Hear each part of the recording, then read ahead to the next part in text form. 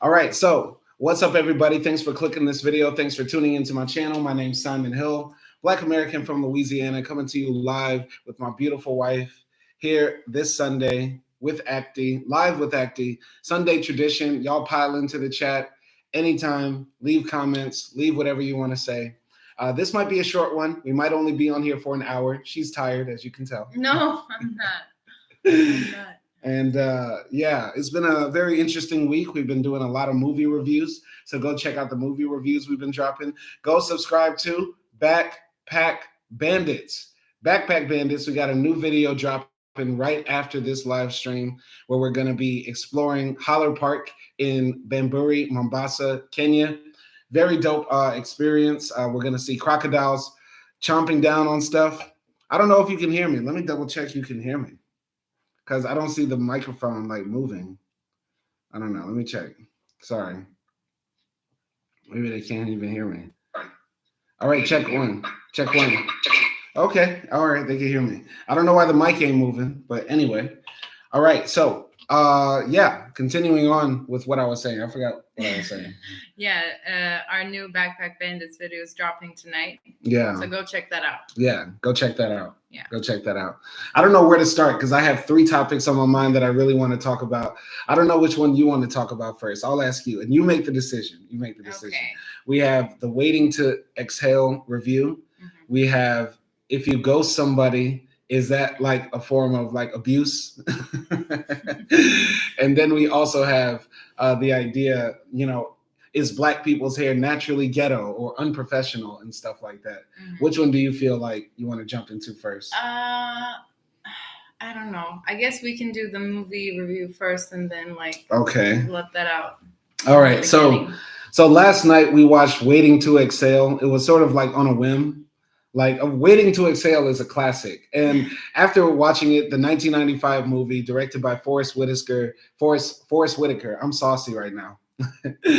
Directed by Forrest Whitaker, starring Whitney Houston, starring Angela Bassett, starring Robin Givens. I think, no, that's not Robin Givens. Anyway, I'm going to pull up the Wikipedia right here.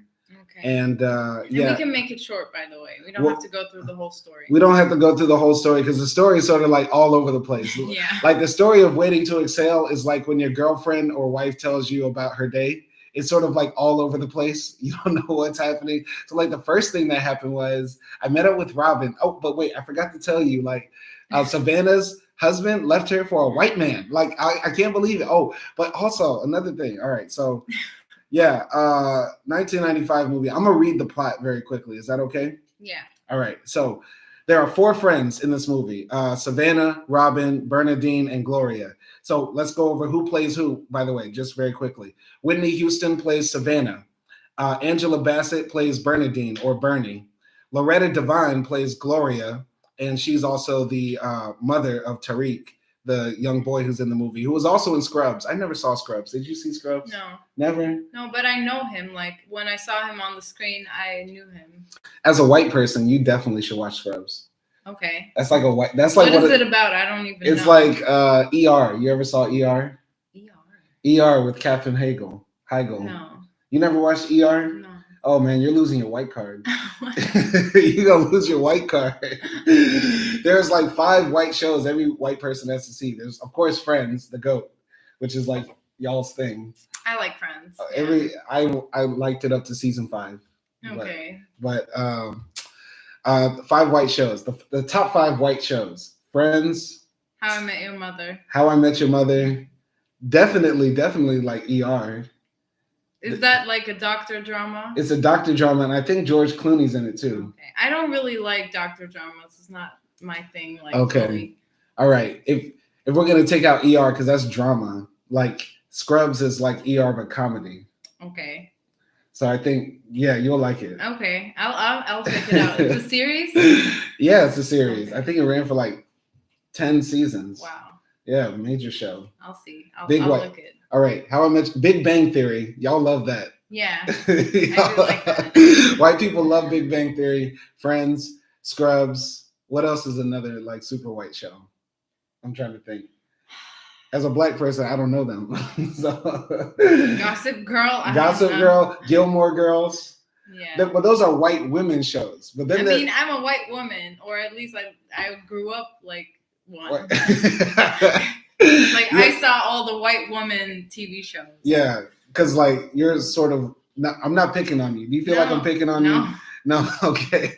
But you're sort of like Americanized a little bit like a white woman. A little bit. Yeah, no, definitely. Like I used to love, Miley Cyrus and all the Disney shows and stuff like that, like High School Musical and all that. So yeah, I definitely grew up like a white female kid. At least as far as like the media. Yeah. Like the stuff that I saw because it was Disney Channel, Nickelodeon and stuff. Yeah, that's like, man, I'm not going there. But that's like if you meet people like abroad who like know English very well, a lot of the time, especially if like they're white or off-white, they're consuming like white American media a lot.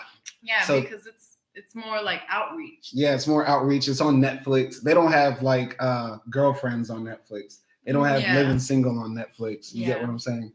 But anyway, top 5 white shows, whatever. Who cares? All right. We're talking about the cast of Waiting to Exhale. Whitney Houston as Savannah, Angela Bassett as Bernie or Bernadine, Loretta Devine as the mom of Tariq or Gloria, and Leah Rashawn as Robin Stokes, the mistress of Russell. So these 4 friends get together frequently to support one another and listen to each other vent about life and love. They each want to be in romantic relationships, but they each have difficulties finding a good man. That's copy and paste, like Sex in the City, Girlfriends, Living Single, Two Broke Girls. I mean, it was the thing during that period because that's like where all the rom-coms sort of like came out, How to Lose a Guy in 10 Days, I don't know, Princess Diaries. Oh, God. Just like all of the classic like rom-coms kind of came out. Because it was like, I think it's also because of like, those like magazines like Vogue and stuff like that, the popular ones. Yeah. It was always like, how can you keep a man? Right. Or how to attract a man in 10 ways. When you think about it. It's like shave your vagina and like lose 20 pounds. Yeah, lose 20 pounds. Laugh at his jokes and like all even when they're not funny. Yeah. Even when they're not funny. That's crazy. So yeah, moving on. So successful television producer Vanna. Did they call her Vanna in the movie? Mm-mm. I don't remember Whitney Houston's character being called Vanna. All right. So Vanna Jackson believes that one day her married lover will leave his wife for her. She later realizes that he won't and that she must find her own man who will love her for who she really is. I feel like when we first met Savannah in the movie, like she was like running from out of town. Like she got chased out of town because she's like, it's time to leave Denver and go to Phoenix. Like this like a, if that was a man, you'd be like, well, I guess I gotta go. You would think like, man, he did some dirt in the past town. Like why you gotta leave Denver just to move to another city? Like because of these hoes. Wow. Okay. Because in the beginning of the movie, she's like driving and she's wearing like the 1950s like hair bonnet and stuff like that. Yeah. And she's like, time to leave Denver. Better luck in Phoenix. Like, bitch, what did you do? Did you finesse niggas out their paycheck? Like, what the fuck happened? Wow. Okay, I didn't feel that, but sure. No, what did you think when you first saw Savannah on the screen and she's like driving to Phoenix in the middle of the desert? Like, I don't know. I felt like maybe, a big relationship ended or maybe like she was promoted from her job or something. Like, yeah, it was like a new life, in another place. Man, when you think about it, Savannah was staying like at this fancy ass hotel. She was driving like a very nice car. She was leaving town in a hurry. She looked like she had no more than like the clothes on her back and like a duffel bag in the trunk. She done robbed a nigga. That's what happened. The background of Waiting to Excel is Savannah is a big time finesser. She done robbed somebody. You like just. I mean, don't we sort of know what she did? Like she was in a relationship with a married man. A relationship with a married man, ran off with his car, ran off with his money, and silence. It wasn't his money. All these women were like super successful and they had like their jobs or houses and whatever. Nah, Savannah got paid off to leave. He said, tell me what you want. Just write the number on the check, but you got to leave Denver. You think Whitney would do that? And Savannah would do it. No. Whitney would do it. Whitney would take the coke and run, not the money. Not doing cokehead jokes. I'm not doing cokehead jokes. Rest in peace, Whitney Houston. Legend. Favorite Whitney Houston song? You ain't got one? Of course I have one, but it's going to be very cliche because I'm going to say I Have Nothing. I Have Nothing? Yeah. That's the song? Yeah. How's that cliche? I've never heard of it. Wow. It's like one of her most famous How does songs. It go?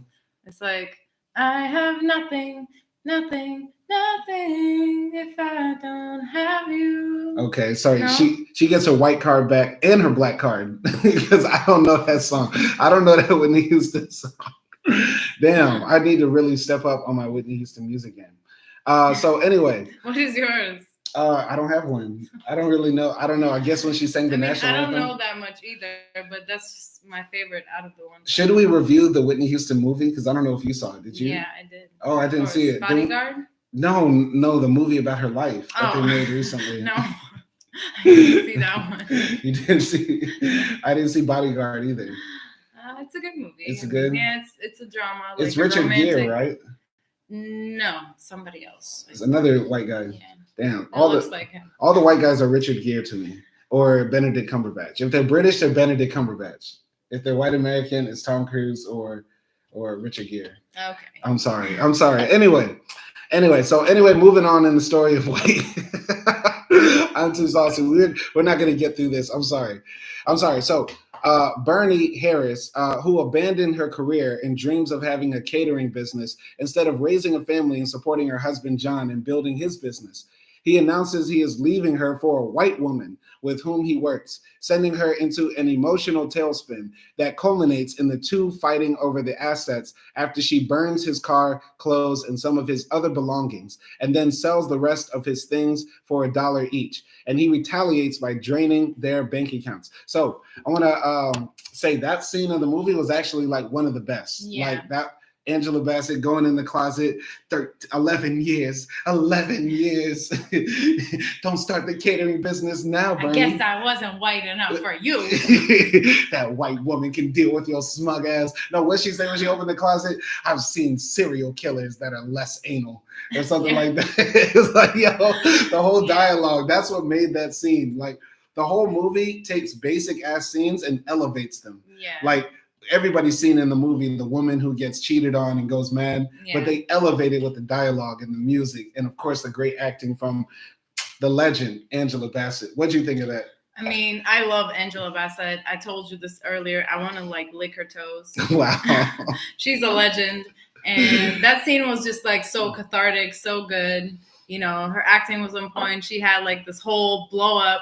And you can feel it, like, if you're married for 11 years and then your husband leaves you for another woman and he has the audacity to tell you, like, I'm leaving you and you're not coming to this dinner tonight because I'm taking my hoe with me. It's like insanely, like, crazy situation, heartbreaking situation. So, like, she just like did a great job. And I don't know. I don't know if she's been cheated on before, but I felt like she did. And she was just like, kind of getting her anger out from all of her exes in that scene. I don't know. I have a theory. I have a theory about this, about Bernie and her husband. I forgot his name's relationship. She knew he was cheating all along, but she was cool with the lifestyle.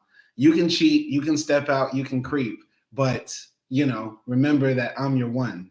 And that's why she turned around in the scene when he said, I'm just not going with you to the party.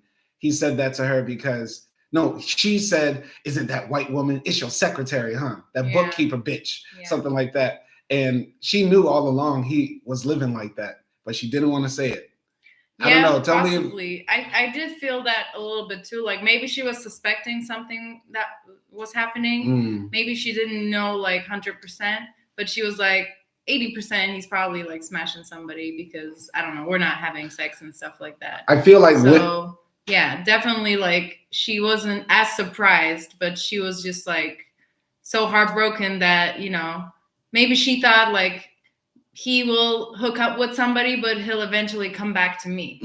Maybe that's what she was like hoping for, but it didn't turn out that way. Yeah, maybe. I mean, I think in the back of every woman's mind who's with a very rich, successful, powerful, man, you're thinking, okay, he has options now. Because, let's talk about the dirty truth. Let's talk about the dirty truth. Men have more options the more successful they are, rich they are, or famous they are. Mm-hmm. And so the women that are with them, if they do have a woman with them, sort of knows that too. And there's also a scene in the movie where Angela says, I thought if I gave him what he needed, he would give me what I needed. Mm-hmm. And I thought, number one, I thought that scene would be better if she said, if I gave him what I wanted, he would give me what I needed, but whatever, who cares? I thought that would have been a more powerful scene. But Anyway, I think women know that in the back of their minds. But tell me if I'm wrong, because I'm not a woman. So I mean, do I have to feel that way about you if you're like one day rich and successful and all that? No. Okay. So because we're gonna smash these groupies together. I'm joking.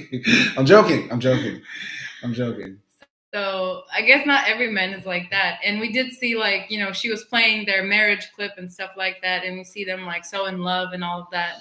But I don't know, like, yes, it is like a, common fear, because if you've been married like for more than 10 years, you definitely, have more of a possibility of like just one side being unfaithful, one side, being not as satisfied. Mm-hmm. Or two sides, mm-hmm. because I thought maybe their relationship was kind of like now just around their kids and going to like business parties, like sort of business, intense relationship. It's like, mm-hmm. Hi, honey, how was your day? And then he's like, it's good. And then that's it. Like they eat dinner. They lost that spark. Yeah. I can definitely see that if they did like the background of Bernie's relationship with her husband, like they sit at that long dinner table, like kings and queens sit at, they're like, how are you? Yeah, and they're like both really good with their kids, but they don't have like that passion with each other anymore. Yeah, I mean, there's just like respect there. He was even counting how many times they made love, and she was like 732. The bastard started counting after 51. I was like, this dialogue is insane. I think that's why this movie is a classic, because it has so many quotables. Even if the story itself is not that good or coherent, it still like has so many like parts in it that are just flat out funny, flat out memeable, mm-hmm. repeatable. I don't know. It was so ready for Twitter and Instagram before it even existed. Yeah. Like every clip here can be like captioned and like. I mean, Angela Bassett's like that scene with Angela Bassett just in the closet and burning the car and stuff. Yeah. That scene, like there's like 20 memes. When she turns around and smokes a cigarette and throws it back and walks from the burning car. And also like when the police come, mm-hmm. he says like, you're only allowed to burn trash. And she's like, that's trash. That's trash. It was something like that. Definitely. And then, sorry, I just have to do the next line too. Tell me. He says like, you can't do this next time. He says something like, next time when you have to do this. And then Angela Bassett says like, there won't be next time. It turns around. Yeah. Powerful scene. It's like so powerful. Powerful scene. Do you think, I feel like there hasn't been a movie where Angela Bassett played in where she just gets loved on and she's able to live soft life. I can't even think of one right now, because the other big one that comes to mind is, of course, her role in Black Panther, right, where she plays the queen. Mm-hmm. But I think in that movie, like her husband dies or something like that, the first King T'Challa, and then also like Whitney. What do you mean Whitney? Tina Turner. What's love got to do with it? She's getting smacked up and down by Lawrence Fishburne. You get what I'm saying? So I don't feel like I've ever seen Angela Bassett just get loved on. I think there's a movie called How Stella Got Her Groove Back, about a woman who goes to Jamaica to, get some D. And, she's like the passport girl. But like even then at the beginning of the movie, her husband like cheats on her and stuff like that. I don't know. You got any in mind? No, I mean, Angela, I'm here if you need it. Just stop. I'm not going to lose my wife to Angela Bassett while I'm alive. I don't care if she's a woman. I'll give her the Ike. I'll give her the Ike Turner. Wow. Anyway, what else? Damn, there was something else I wanted to say about this scene. Oh, yeah. You told me this last night. I mean, why are you scared of me leaving you for a white girl? I'm not. You asked me. No. You told me, actually, don't what worry. Are you talking I'm about? not going to leave you for a white girl. I didn't say that. Like, no, what are you talking You totally about? said that. You totally said, like, that's my biggest fear. You leaving me for a white woman. Yeah, and I said, I'd love to see you with a Jessica. No, I would not. I would not be able to deal. I would not be able to deal.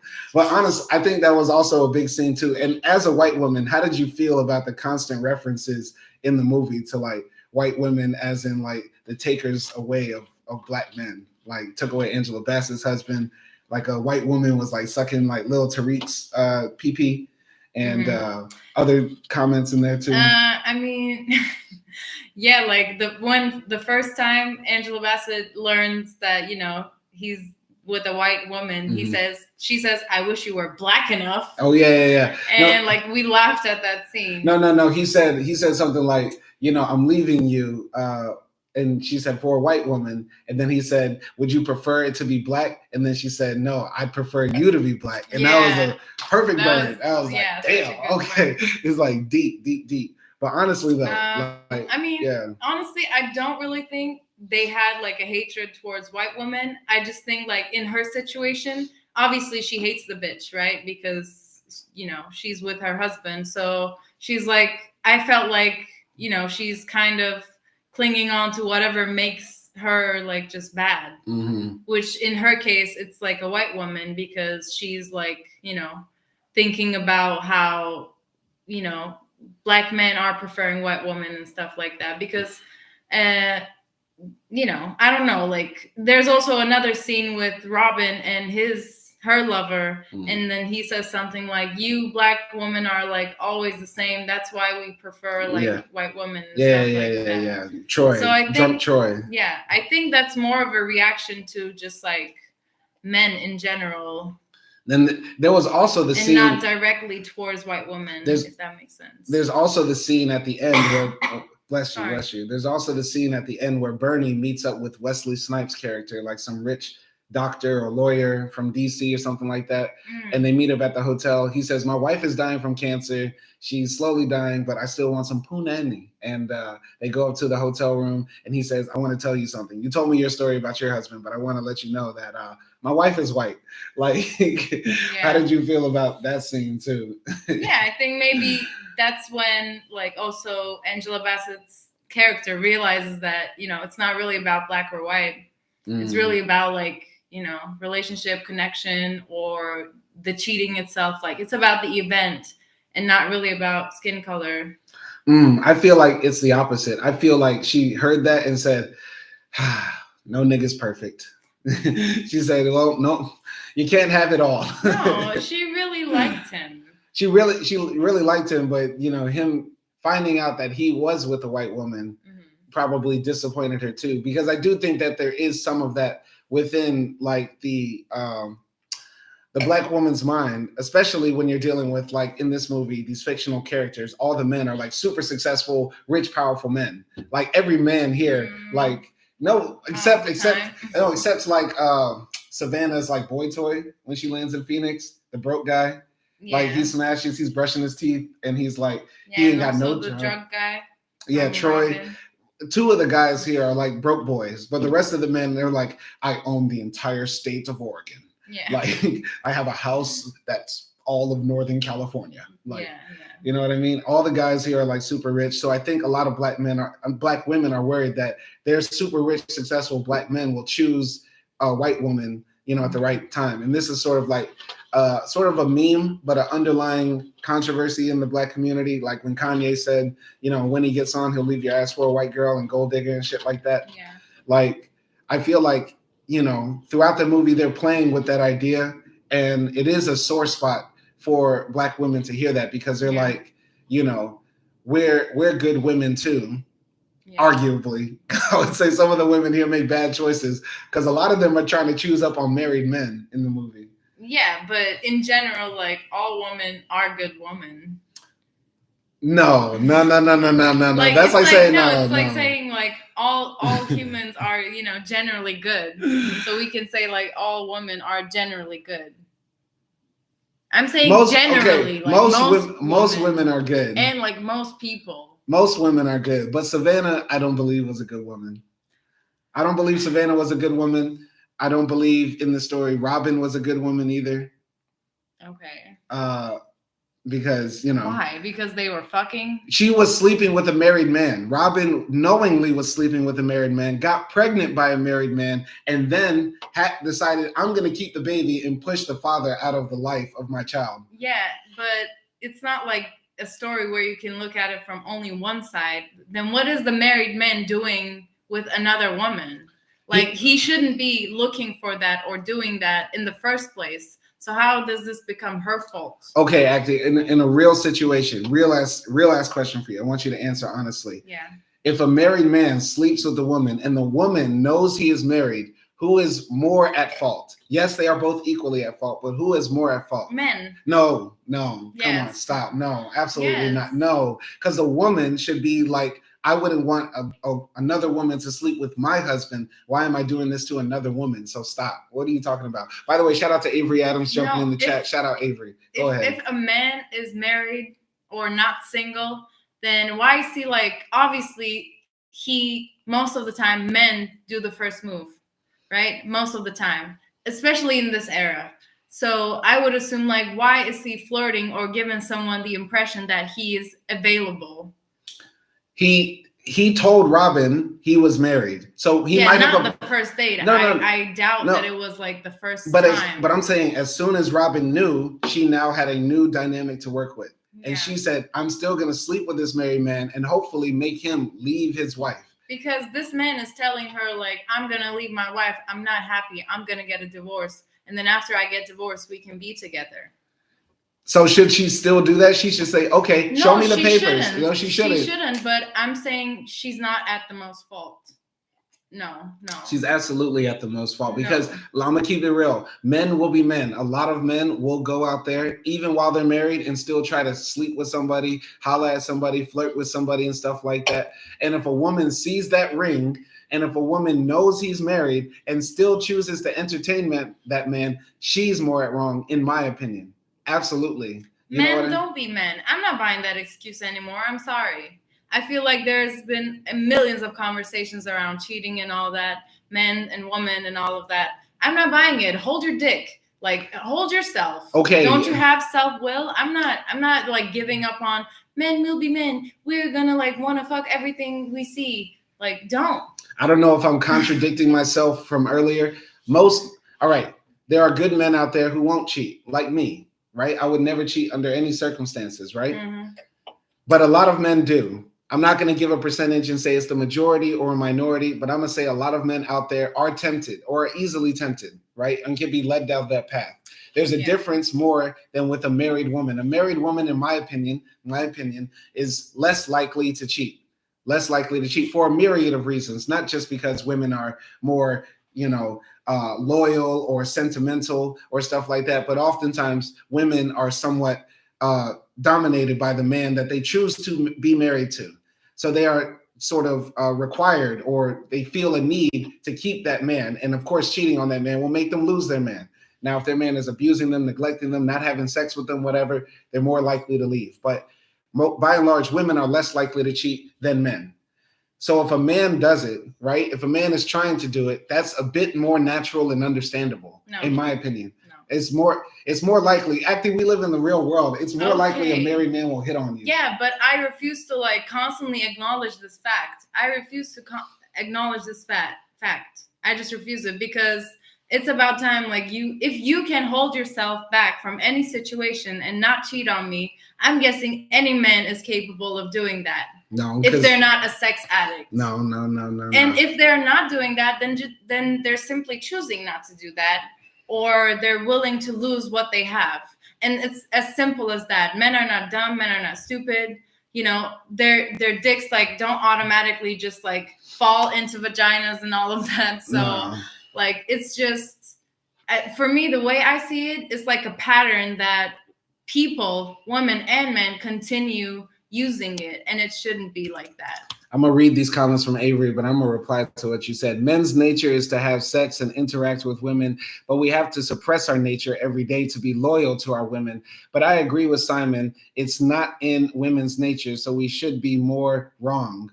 Okay, So it's in women's nature. It's easier for them to deny, even if they really want it. So I believe, once again, if a woman knows a man is married, she is more guilty of the crime of adultery than men, if in my opinion. Because once again, like you just pointed out, Avery, and like I've said before, men a lot of times will do stupid stuff. You're gonna say stuff like, okay, men should be smarter. They should know to control their dicks and stuff like that. But the thing is, men are a bit smart. We think we can get away with it. And there are a lot of men that do get away with it. There are a lot of men who, only sleep with their girls when they're out of town.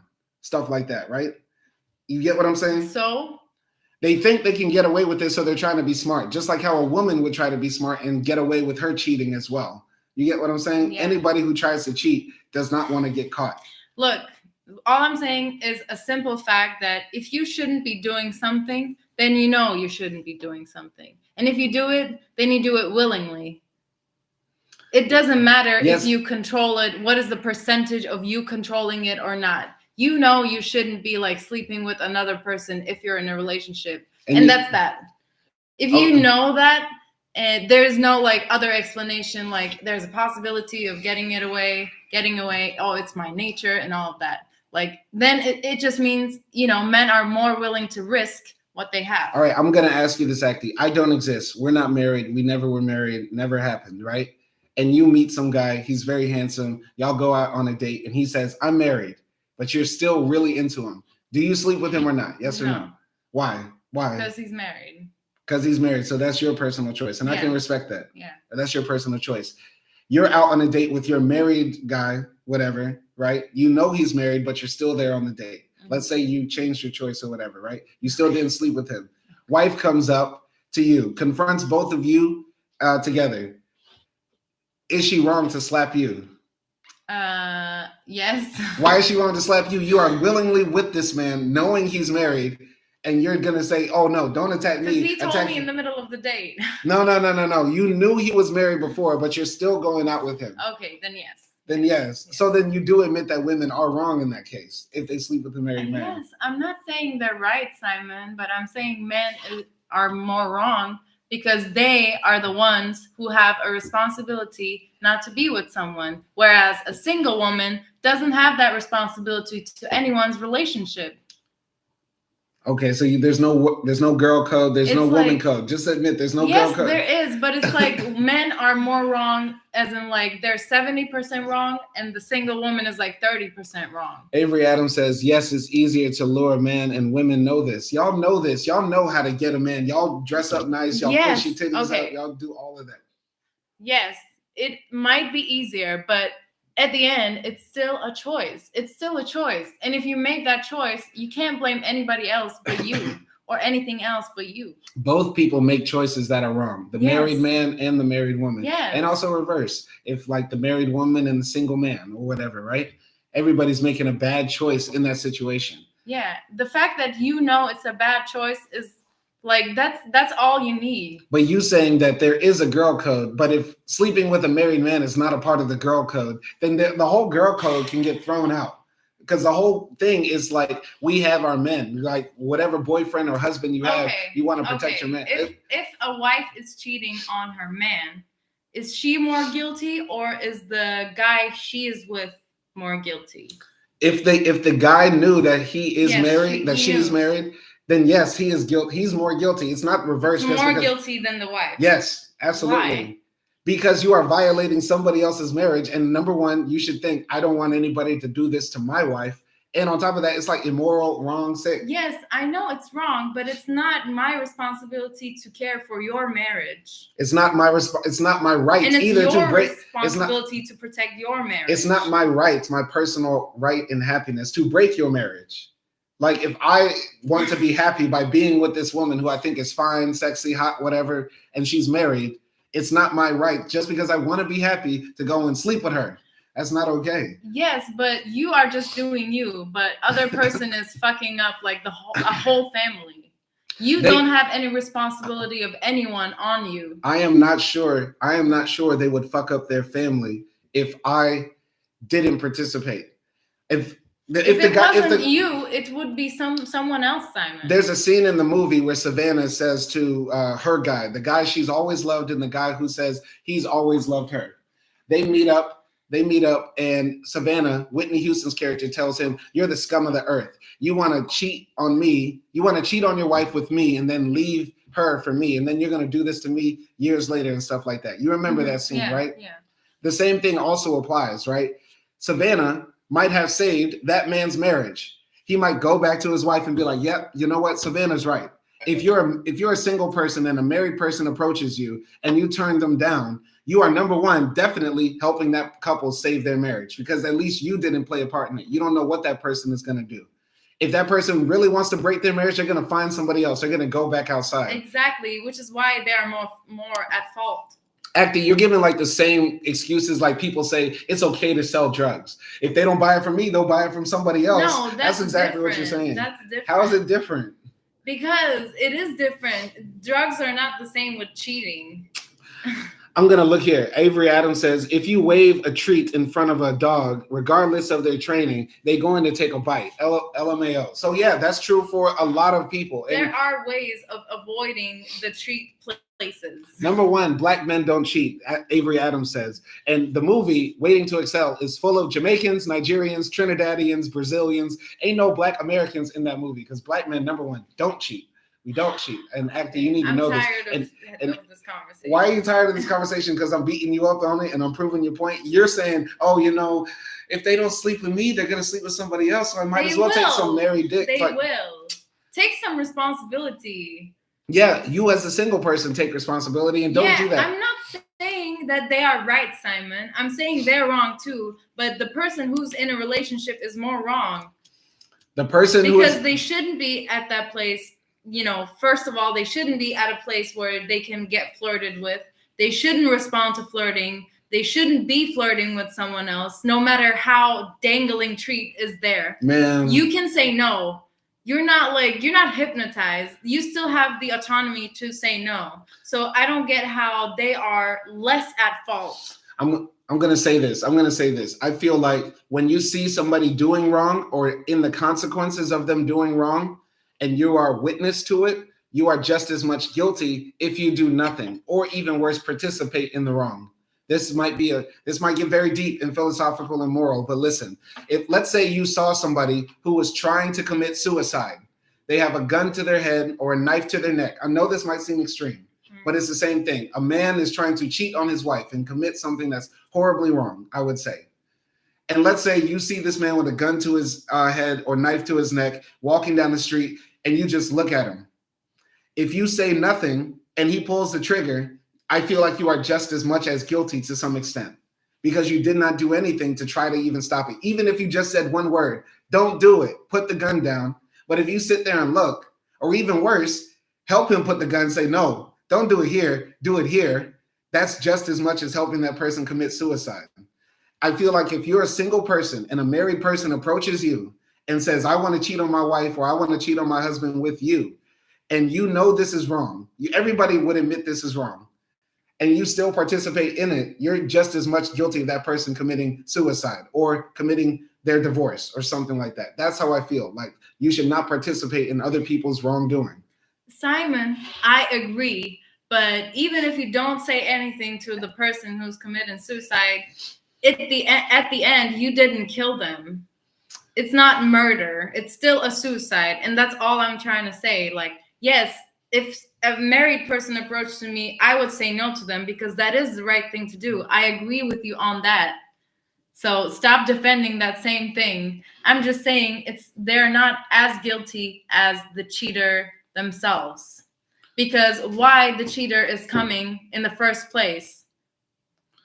They are coming because they are on a crash mission. They want to fuck up their life because nobody ever cheated and had a great time after. Their action began like far earlier than the other person. So a drug addict comes to me and says, I really need some crack, Simon. Give me some heroin, Simon. Give me that smack. I got the drugs, but I see this person is strung out. They're really fucked up in their life. They're not going to get it from me. They'll get it from somebody else. Why are you getting upset? I'm just saying it's the same example. They're already going to cheat. I might as well get some dick. I might as well get some pussy. What is that? I'm sick of men. Why are you sick of me? I'm saying they're both wrong, but I'm saying like in this case, like the woman is definitely worse because they're giving that person that thing. You saying men are like drug addicts, that they're so unable to control their urges, just like drug addicts? I said it before, not all men, but a lot of them. I'm not going to say most of them, but a lot of them. There's a lot of men who, when in the right situation, they think, I can get away with this and I won't get caught. And that's their fault. They're not like drug addicts, like literally biologically addicted to something. It's not the same thing. You're giving like complete different examples. Man. Avery Adams says, I hear a lot of the times the married people lie about the current status of their relationships. Sometimes they say that they are not living together or getting a divorce, or things have been rocky in relationships. Yeah.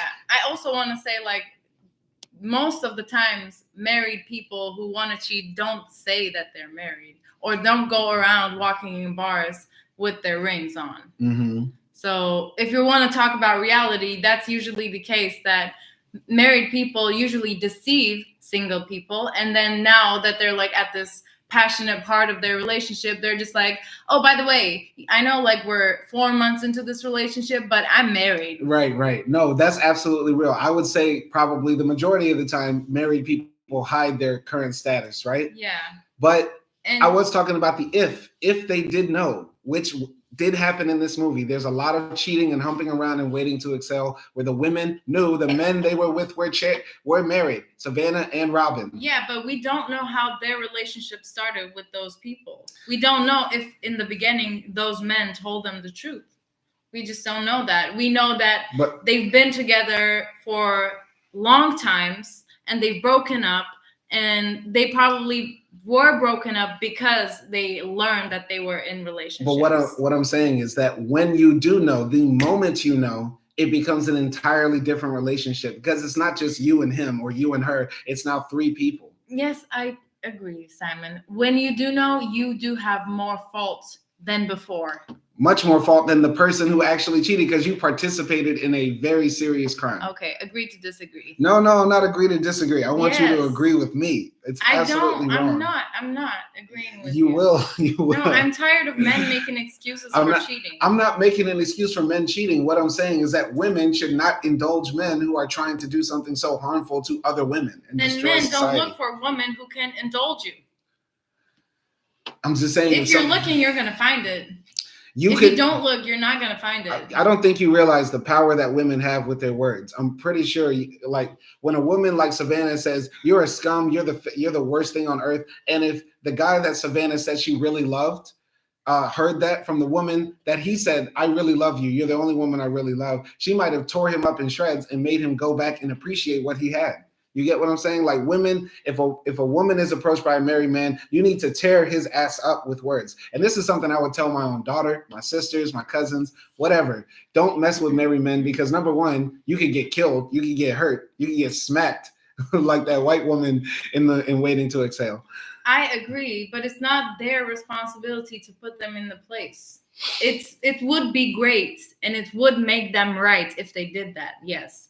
But from the beginning, they should know, and they probably do know, that this is wrong. And when we're talking about the power of words, these men also have very powerful words, because they've been promising that they're going to leave their wives, they're unhappy, they're not having sex and all that, while like this Troy guy gets his wife knocked up while he's banging his mistress. All right, I'm going to tell you the major game, the biggest lies men ever told. I'm single, I'm going to leave my wife. These are the biggest lies men have ever told in history, and we stick by them. Of course, they're going to say those things, and women want to buy it because they want to buy into the fantasy. Going to jump into. Oh, now women buy it because they want to buy into the fantasy. But men don't cheat because they want to cheat. They're simply lured into cheating. Avery Adams said the third one, just the tip. Just the tip. Yeah, I do that a lot. That's the biggest lie too. Avery Adams said in the comments, you know what I think? It always comes back to being with the person you really want to be with too.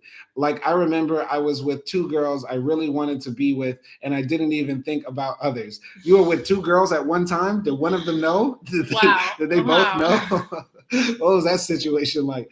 I don't know how to take that, but I only think about others when I think someone I don't really want to be with you. Sorry. I think people just need to know themselves in subconscious actions. So, yeah, I mean, if you're going deeper into that, yeah, like if a man maybe or a woman, either person is searching outside for something, then there's probably like a deeper reason, specifically if they have like a mistress, like a long relationship that they have on the side. They're probably missing something in their main relationship because I don't know, like you say that you would never cheat is because you're probably satisfied with our relationship right now, physically, emotionally, psychologically, whatever. So that's why you're not out there, you're not looking, and guess what? You're not looking and you're not finding.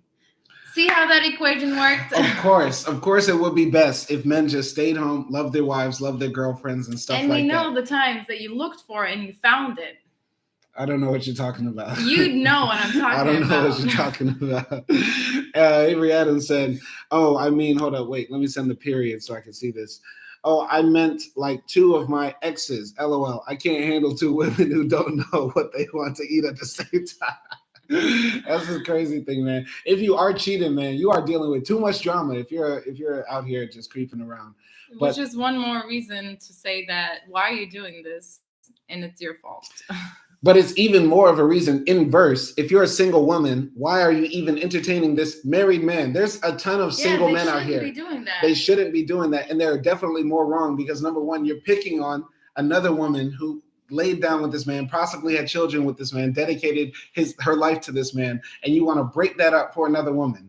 Like, where's the girl code? Is that in the girl code book? Not all women has to have girl code. Not all women are a girl's girl. You know, some women have better relationships with guys and stuff. So the women that do sleep with married men or other girls' boyfriends, they are what, the female version of coons? They're the anti-woman. I mean, a little bit. A little bit. So they're bad. But it depends on like your view. I'm a girl's girl, and I do believe in girl code, but some other girl might not, and I cannot force them to believe that. Like, I cannot say all the women are your sisters. But you admit that there are women who are home wreckers. Is there such a thing as in knowingly sleeping with a married man makes you a home wrecker? Yes, but once again, I don't like these terms. I don't like these stereotypes because they completely miss the point of blaming the men. Homewrecker is like a woman most of the time, and it's directed as a woman where the person who wrecked their home is the one who cheated. You got to think, if you are a woman sleeping with a married man, you're breaking up more than that woman's relationship. You're breaking up that man's relationship with his kids because that divorce might happen. He might not get custody of his kids. You're breaking up the financial status of that woman because she might be dependent on that man. You're doing so much damage by sleeping with that man rather than just saying that man is guilty for whatever he's going to do, but I won't be a part of breaking up a son from his father or a daughter from her mother or something like that. Exactly. No, I agree with that. You're doing a lot of harm. But what do single women has to gain from breaking up a marriage? A single woman thinks she's going to gain the man. That's what she thinks she's going to get. What does she have to lose? She has nothing to lose, which makes it even worse. You're doing this for selfish reasons and not thinking about the rest of society. Okay. What does man has to win from this equation? What is he winning? A man wins what he thinks is a better woman, what he thinks. Or having the best of both worlds. I have a freak in the sheets, but I also have my wife at home. That's what the man is thinking. I'm going to continue to lie to her and say I'm going to leave my wife and still tell my wife I love her and she's the only one. Okay, and what is he going to lose? He's going to lose everything. Everything, his house, car, kids. So when you have the possibility of losing everything and you still go through with that, isn't that more selfish than doing it if you don't have anything to lose?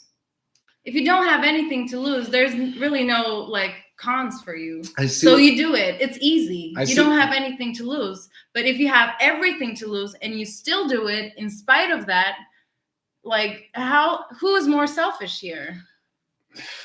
The thing is, yes, he is thinking about his own personal happiness, and that is a very good point. I will admit that. That's a very good point. A man has everything to lose if he cheats on his wife.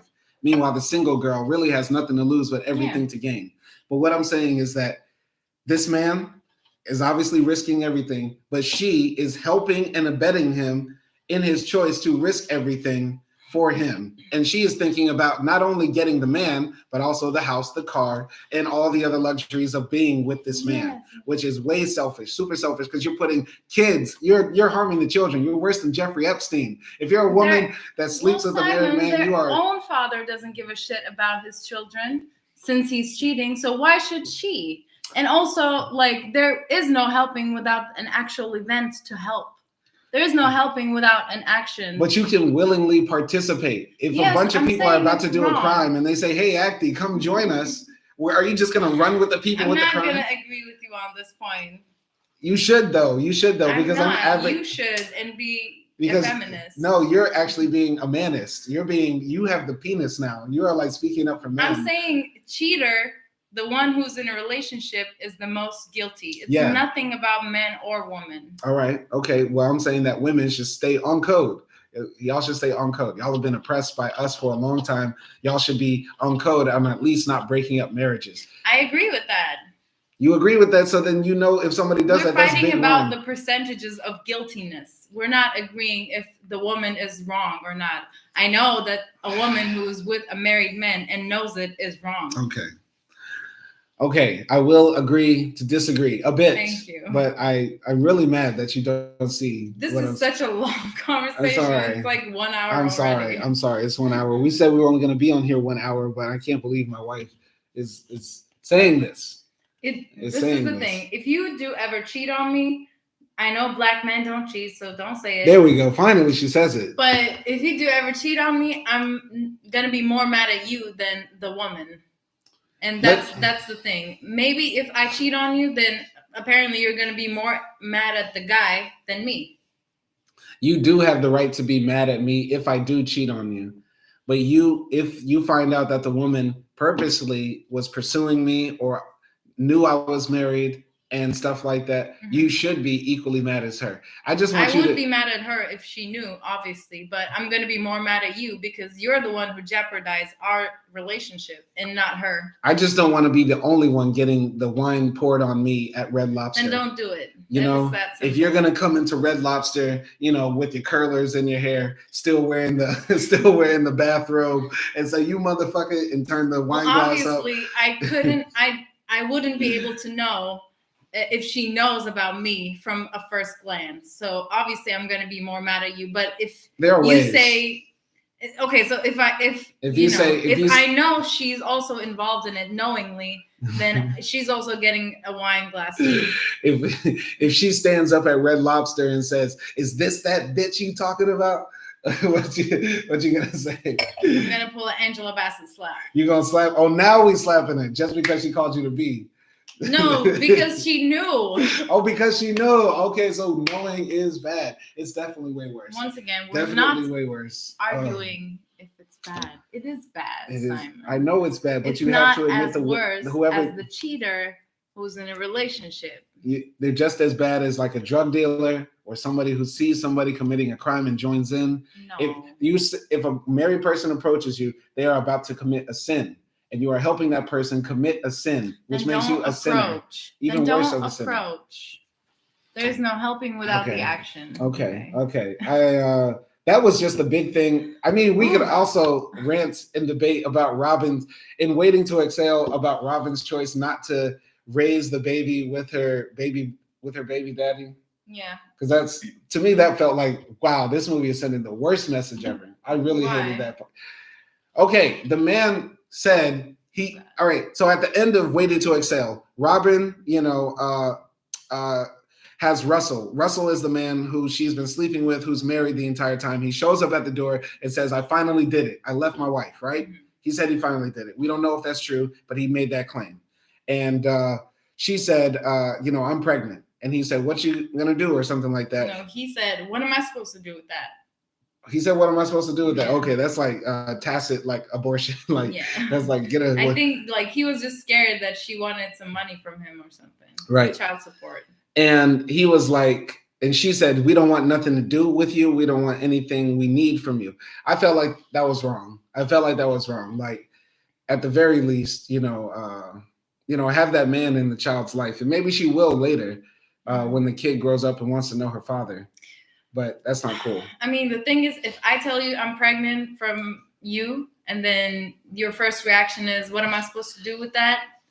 Or anything like in that area, in that like mood, then yeah, I have to give it to her, because if you're not like hugging me, kissing me, saying you're happy, saying that you want to be in this child's life, and your first question is that, then we don't need you. It's like, it's not like she didn't say like you can never see this baby. She didn't say like you cannot come here ever again. But that's what she was implying. She said we don't need you. That's what she's implying when she says we don't need you. No, those are not the same things. One of them is like an obligation or a restriction, while one of them is like, we don't need you.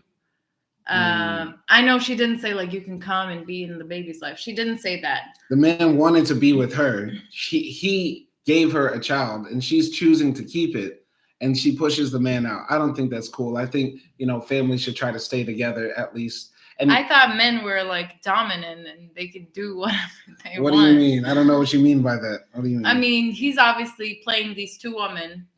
He's like, we don't know if he's actually getting a divorce, because he also said like his wife is pregnant. He did? I don't remember that. He said his kid thinks that like it's okay. His daughter thinks that she's going to have a baby brother or something like that. So I think that's hinting to like his wife can be pregnant or might be pregnant or something like that. So we kind of get the hint of like he's lying. Yeah. And then he's saying like, I don't know, like, and then the way he reacts to the baby and stuff like that, it's like, if you want, I feel like no woman would turn down a man if the man wants to be in the child's life, unless they're like a criminal, a drug addict, rapist, whatever. She didn't turn him down. She turned him down though out of spite. What she did was she said, "You know what? I'm sick of this, Russell. I don't want to be the woman on the side, the woman that you think is an option. So what I'm going to do, Russell, is push you out of spite and keep this baby out of spite." There is history behind that, but I don't think there's ever justification from keeping a father from their child out of the beef that the two parents have. If the man and woman got beef, that's one thing, but keep the father in the child's life if they can be together and it's peaceful and safe and stuff like that. Yeah. That's what I mean. No, I agree on that. And but I do think like if one day Troy wants to be involved, like Russell. Russell. But then again, it might be Troy's baby. No, she said it's yours. Okay, who knows? But we don't know. Anyway, if he wants to be involved one day, I don't think like Robin is the woman to like reject him. But once again, like no woman wants to like, feel their child feel like they don't have a father, they don't have a, man figure in their life and stuff like that.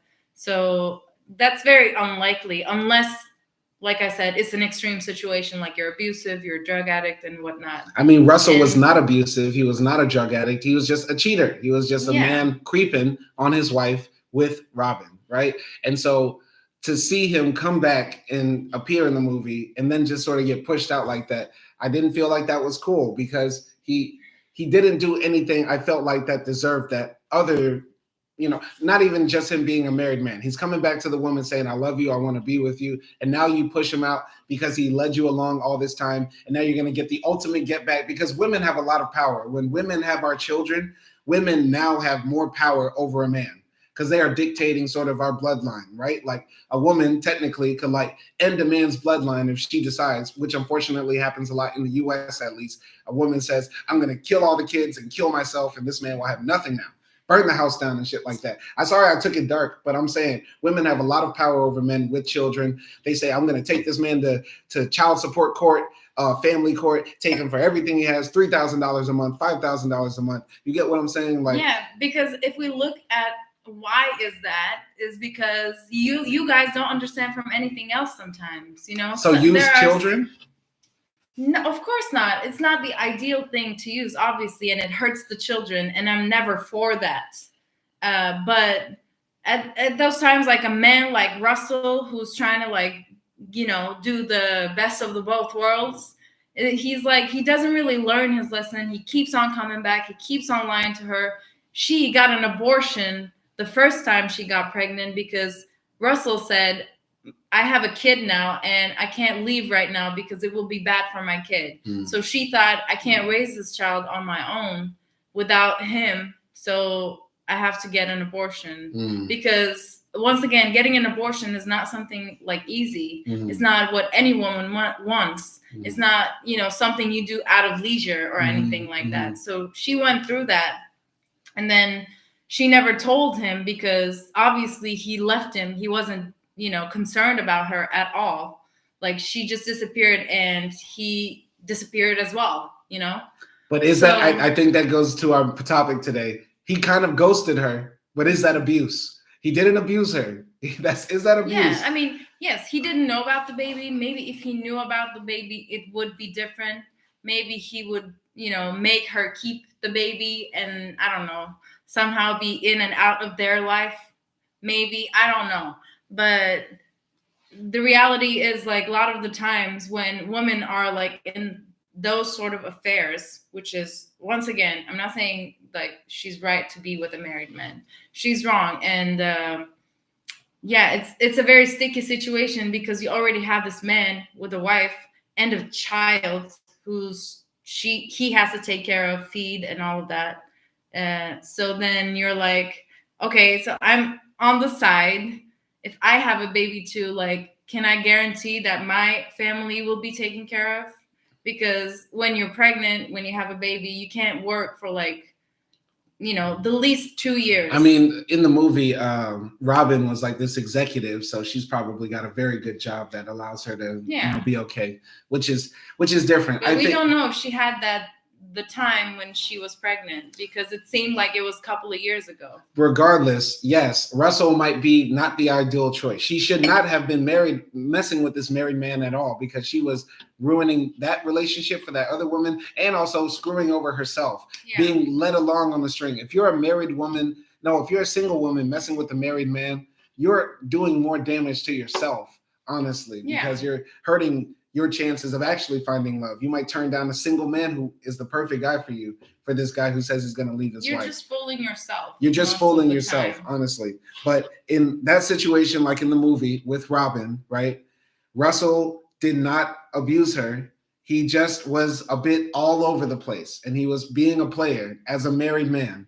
But when he did say, I want to be in your life, and by extension, maybe in the child's life, because if she brought him inside, talked to him and stuff like that and let him know, she could find out maybe Russell is actually ready to do it. But the way she pushed him out and didn't even want to hear him out, slammed the door in his face, it makes me feel like, you know what, she would rather do this thing to this man to hurt him rather than actually try to get the man that she says she wants. But just as a way of revenge, let's get back at him by keeping him away from his kid and say, we don't want you, we don't need you. And have that live in his mind. You get what I'm saying? Yeah, I understand. But honestly, most of the times when you're in a relationship like that, once again, you're fooling yourself. And also because of that, this man is fooling you too. So you can't really believe what, you know, a person who's in that position. I really thought you were about to say a black man. No. You can't believe what a black man is going to say. No. You can't believe, like, if he's cheating on his wife, he's lying to his wife. So why wouldn't he lie to you? If he's lying to his wife, then how can you believe that person when he says, I love you, I'm going to leave my wife for you, I want to be with you? Like, none of those women in the movie actually believe their guy who they're like having affairs with. They want to believe them.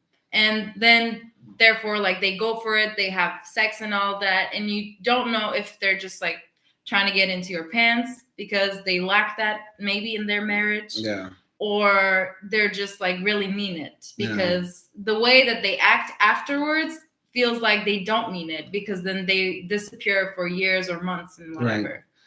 Yeah, and another thing about this movie, women are fooling themselves, and in the end of the movie, they do realize it and they stop fooling themselves. Right, but I don't know what Robin is thinking. Maybe she's fooling herself, thinking that she can raise a child by herself and stuff like that. Yes, there are women that are like great single mothers and stuff like that.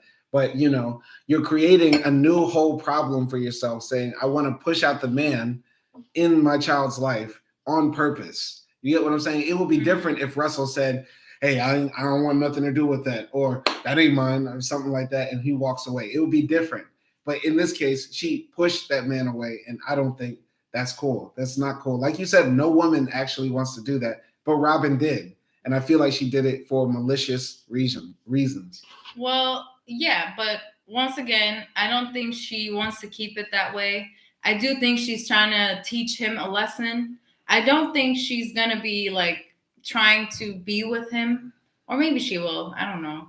But I don't think she would refuse him if he was like sincere about being in, you know, his child's life. Yeah. I don't think that. I don't know how we got here. It's insane. Who knew that this movie we had so many disagreements about? We finished watching it and we were like, oh, that was a good movie. Yeah. That was entertaining. Who knew that I hated you for it? I will hate you for this movie. I can't believe it. I'm really mad that you hate me this way. Oh my God. So yeah, anyway. It's okay to disagree. Chill. It's okay to disagree. I'm like, you can think however you want. Okay. No, I'm joking with you. But I didn't know that this movie we had so totally different interpretations. I know, right? Because last night after we finished this movie, we didn't go in too deep. Yeah. About all these like things. But anyway, like, I don't know. Should we like stop the review? I mean, those are the two big parts of the movie. Or we can like skip to the ghosting part.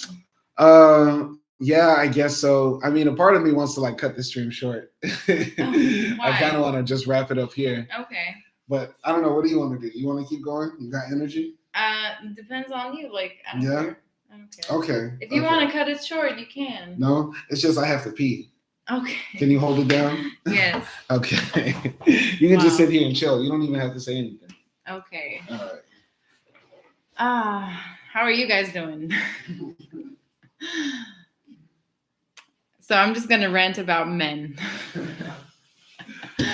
Well, oh God. Sometimes I really do get annoyed, but I do believe it's because like all the history of, you know, just general roles of men and women in our society. And that's why I get so hot when Simon says things like, oh, you know, if you're a woman who's, you know, fucking around with a married man, you have the bigger fault. It's like, it's making me ick a little bit because he can't see the truth. I should think of like an example from racism because I feel like most of the times that's how I make you understand my perspective. I didn't hear anything you said. Oh, okay.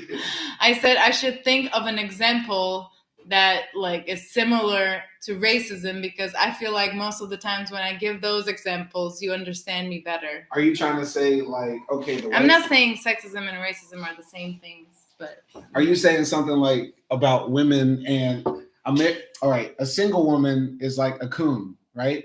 But the married man is the white supremacist, right? Yes. He's the one doing more of the wrong because he's the one in charge of the entire situation, right? Yeah. I would argue a coon, this will not be monetized now, but a coon is worse than a white supremacist because a coon knows better, but they are choosing to do the evil, right? And sometimes the white supremacists don't even know what they're doing, but they just do it because they think it's right, you know? Okay. Well, since we're talking about this, we can talk about that video that you sent me then. Okay, all right. Because I didn't see this coming, but we kind of like dove into that. That you want to jump into that or the ghost thing? I mean, I don't want to talk more about relationships. It was too much. It's too much. I'll just say this about the ghosting part. I don't think it's abuse, honestly. You don't think it's abuse? Because, you know, I don't think anybody trusts anybody 100% at this day and age. So it will be kind of dumb to expect, you know, everyone to just respond to you and be in love with you and whatnot. And get ready for it and toughen up. Let me ask you this: Is love bombing abuse?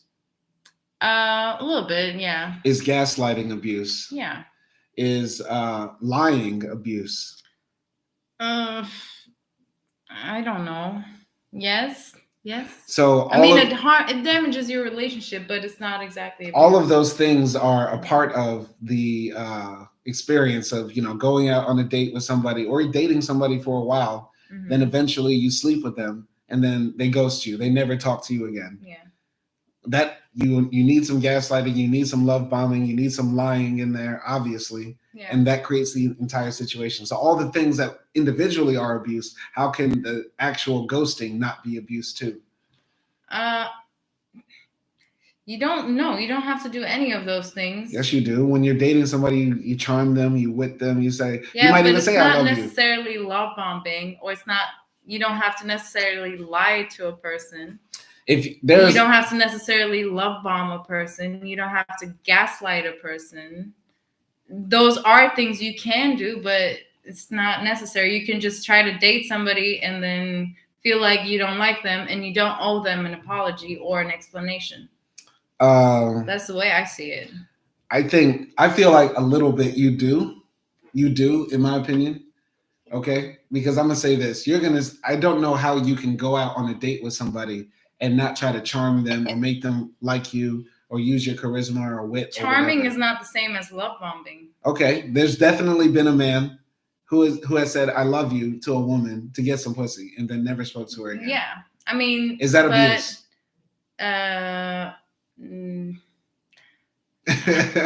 Exactly. My first instinct is to say no, because come on, like, who believes I love yous like from the third date? Okay. I did a little bit with you, but I was feeling special. But honestly, like, I've ghosted people and I didn't do any of those things. But it's different because you're a woman. I'm talking about for men. How is it different? Usually, unless you're handsome gang, unless you're certain motherfuckers out here, you can't just get pussy off your looks. You got to have something else. Okay. Oh, and I've been ghosted. Oh, everybody's been ghosted. Yeah, but let's see. Did the guy do any of those things?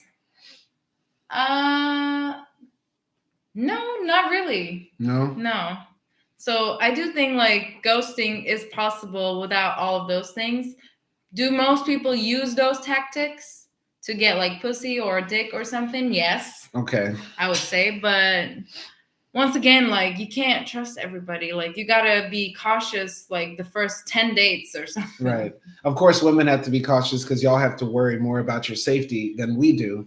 But, we have to be cautious about people using us for like our resources or our money. Like, a girl might go out on a date with you just because she's hungry. Yeah. Like, which is the craziest thing. Yeah, but the thing is, like, I feel like I've never been with like a super rich guy. Like, the most rich guy I've been with was like a pilot. Okay. And he just had like a nice apartment, and that's it. Like, I think. Yeah, okay. I think like we only went like on a coffee date or something, and he paid for that. But like, coffee is not that expensive. Okay, so. Interesting. I don't think I've actually like abused anyone like that. Maybe I would have if I, Have you ever been on a date with somebody and just ate the food, or went on the nice trip that they took you on, or experience that you had together, and then never talked to them again? No. But the most I did was like invite a guy over, smoked his weed, drank his beer, and then didn't do anything. Well, you a bum, though. I hate girls like that. Y'all just want to smoke for free. There's a rap lyric about that. But I did it only for like a week because I knew he was getting like sort of, because the thing is, I didn't understand that he was, feeling some type of way about me at first. Yeah. And then after some point, he started like texting me constantly, and then I rejected him. So then I stopped. So it only happened for a week. Okay. And like maybe 2 times that week, and that was it. Then it didn't happen after that. So yeah. Nelson Moreno jumped into the chat. Shout out to him. He said it's abuse because it's using words and manipulation to cause harm. I think the harm part is the part that we're debating over, because is it harm to, get your heart broke a little or a lot while you're dating, or even while you're married or something like that? You get what I'm saying? So if ghosting can be anything, we usually think of ghosting as like, okay, I'm dating somebody and then they don't reply to the text anymore. But let's say daddy goes out for cigarettes and never comes back, which is technically ghosting too. Or mommy's That's just abandoning. mommy's going to see her auntie for a little bit and she never comes back. Like, is that? Yeah, I mean, that's ghosting. If you have like a relationship more than a month, I would say, or okay, maybe a month is too much, but more than 2 months, 3 months, if you're in that relationship, and then they suddenly ghost you, I do think it's a bit of an abuse. Yes. Okay, I would. Like if it's more than 3 months, I would agree, but I agree that it starts even earlier. Because, like, for example, right, everybody was mad at the Tinder swindler, right? The Tinder swindler got women to come up out their pocketbooks, their purses, their bank accounts to pay him, right? Mm-hmm. But think about all the men who have been on multiple dates with like one girl or multiple girls. And they spent hundreds of dollars, wine, good food at the Cheesecake Factory. She could order the whole menu, man. She's a bad broad. I double tapped on this girl until she noticed my DMs. Like, you did whatever you could to get this girl here. And then she ghosts you. Another one, ghosts you. A lot of men been outside dating all around, getting ghosted, wasting hundreds of dollars. Women be Tinder swindling men all the time. And we just sort of got to deal with it. But it's not abuse. We shouldn't call it abuse. We shouldn't say that's wrong. You get what I'm saying? It's just a part of the game. We got to charge it to the game, I guess. Yeah. I mean, you have to like develop a radar for that, because there isn't any law that says, you know, you can't use anyone for their money in terms of dating. So unfortunately, you guys have to be a bit smart about that and not only think with your dicks. I would say though, if that situation did happen, like where you are serially like getting ghosted after expensive dinner dates, the problem is you, honestly, guy. Yeah. Like definitely you need to work on conversation or wit, or realize you don't need to feed them to beat them. You get what I'm saying? Yeah, because also, like, let's be honest, most of the times when those type of things happen, guys, okay, you want to read the comment? No, I'm listening to you. Go ahead, go ahead.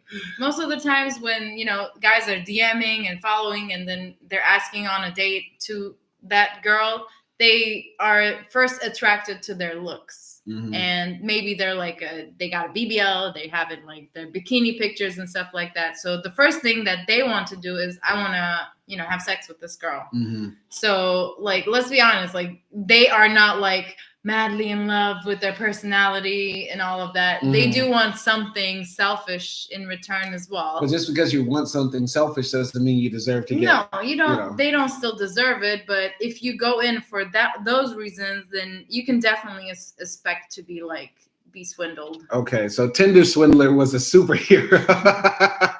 Nelson Moreno, that's a funny comment. That's comment of the day. That's hilarious. Nelson Moreno says, women to use men for meals compared to first night stands. See, that's the thing. That's the difference. What do you mean? I don't know. I don't know. I don't know exactly, but I think that's the big drama here. Like, women feel like, you know, if so women only want the food, but men want like one night stands. Yeah. Like the night. I think that's what he said. Like, the issue is here, like, is it abuse? Because, you know, a woman is giving up her body, you know, if she lays down with that man and then he ghosts her, right? Mm-hmm. But the man is just giving up money. And then I guess it becomes an issue of which is more valuable, which is more sacred, and which causes more harm to the person, right? And I would say definitely taking somebody's money. Definitely taking somebody's money causes more harm. You can earn money back, but you can't earn that, like, you cannot delete that thing that happened. Okay, the problem is when we talk about sex a lot, we make it seem like women don't enjoy it too. Let's keep it absolutely real. When we say, oh, the woman might be abused because he ghosted her, or how dare he ghost her. I'm not saying women are abused, but I'm gonna be real. Most of the time we don't like out of all of my one night stands, I would say like only 10% of them were enjoyable actually. Wow. And the other ones are just like, okay. And some of them are just like really bad. Like 10% is like good or like great. And then 50% is okay, right, and then 40% is like really bad. So okay, it's not always like rainbows and butterflies and fountains here. I'm gonna jump into the comments right here. Avery Adams says, Baltimore Ravens about to play. I gotta go get my snacks, food, and wine. BRB. But shout out to you, Avery, and good luck to the Ravens. I don't know if they're in the Super Bowl. Y'all let me know if they're in the Super Bowl playoffs. I don't follow the NFL anymore. And Nelson Moreno says, men are the real romantics. Women finesse men with no remorse. Cold as ice. Wow. Oh, my comments what going woman in. have you been dating, Nelson? My comments going in. I would say this: the difference between getting somebody out of their out of sex, and getting somebody out of money is that there is no pleasure for paying for somebody's meal or paying for somebody's food. Other than the person who received it for free. But ideally, in sex, even though most of your one night stands and most women's one night stands are bad, ideally you have sex expecting to get pleasured in return. Yeah. But you go into it thinking that, because you're laying down with him thinking at least I got a meal and I'm gonna get some dick, right? Yeah. Women like dick too. Well, women like dick. Only I said that wrong. With gay men. No. Women, yes, along with gay men. Women like dick and they like sex too. That's how I should have said it. But you get what I'm saying, right? Yes. So yeah, I think it's way worse to like trick men out of their money than it is to trick a girl out of pussy. You know what I mean? At least they're also getting something too. That might sound crazy. They're getting what they wanted. Men are getting what they wanted. Men are getting what they wanted, and women are getting what they want too. Because women generally, want to have sex. The thing is, like, if you're going into a date with that mindset, honestly, you know what's gonna happen to you. Like, you can't be either like you're choosing to be a little bit naive, or you're okay with just having like a meal and a one night stand. Or you're okay with spending your money for this girl because you're going to have sex with her. I feel like most of the time it's like that. Like, I don't think most people go into those dates hoping like, oh, like she's going to pay for me. No. Or the girl is like, he's not going to expect to have sex. I don't think like most of the time people assume that, and they know what's coming their way. On a date, everybody has like their cards up, and we're both pretending like we don't know what's in each other's minds, right? The guy knows that she thinks I want to have sex with her, right? Mm-hmm. Which is most of the time true. Yeah. And the girl thinks I'm expecting him to pay. Right. I'm expecting him to pay. I'm expecting him to make a good time, make good conversation, all that sort of stuff. Mm-hmm. It's not going to be on me, right? And this is the I don't know about the conversation part, but okay.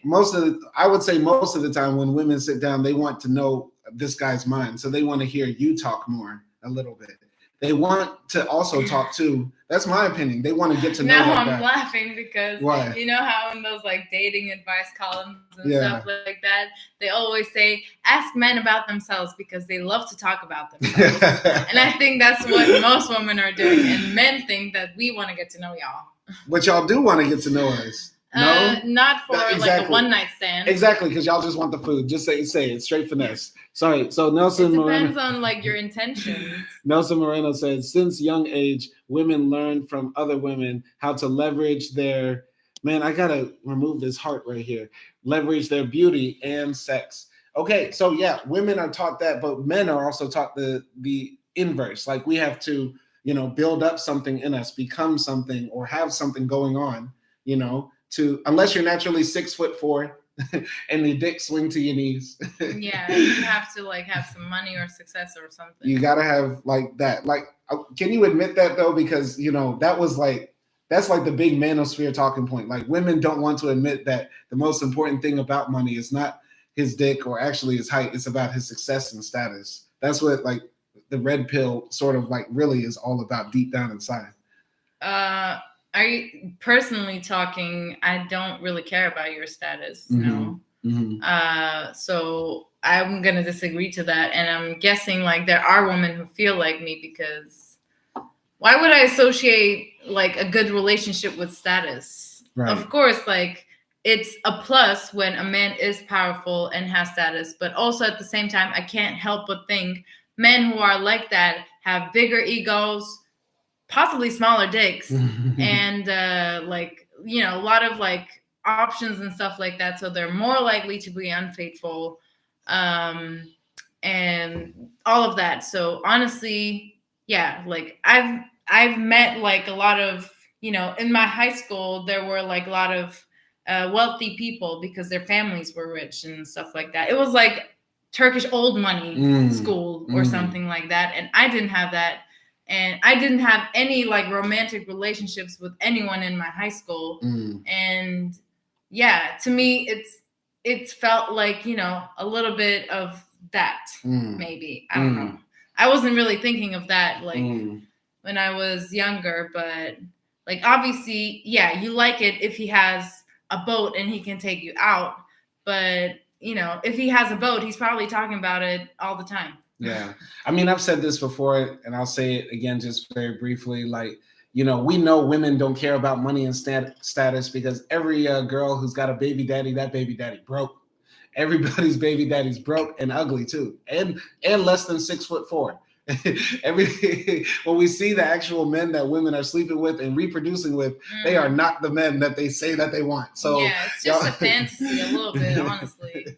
And it's the same in inverse too. Like men say that we want women to be like this, we want a traditional woman, we want this like that, and we want women to be like, you know, the perfect dimensions. Or we look at their baby mamas, everybody looking like linebackers. You get what I'm saying? I mean, when you're like talking from that point on, I specifically kind of think like businessmen or like CEOs and stuff like that. But it's different also like when a man is successful, rich, but he's like someone creative, like an artist. Because I feel like, you know, most artists are hot, not because they're like very good looking and stuff like that, but because they're creative and stuff. So like I feel like that's why some women find nerds so hot, or some women find like musicians so hot and stuff like that. You know what I mean?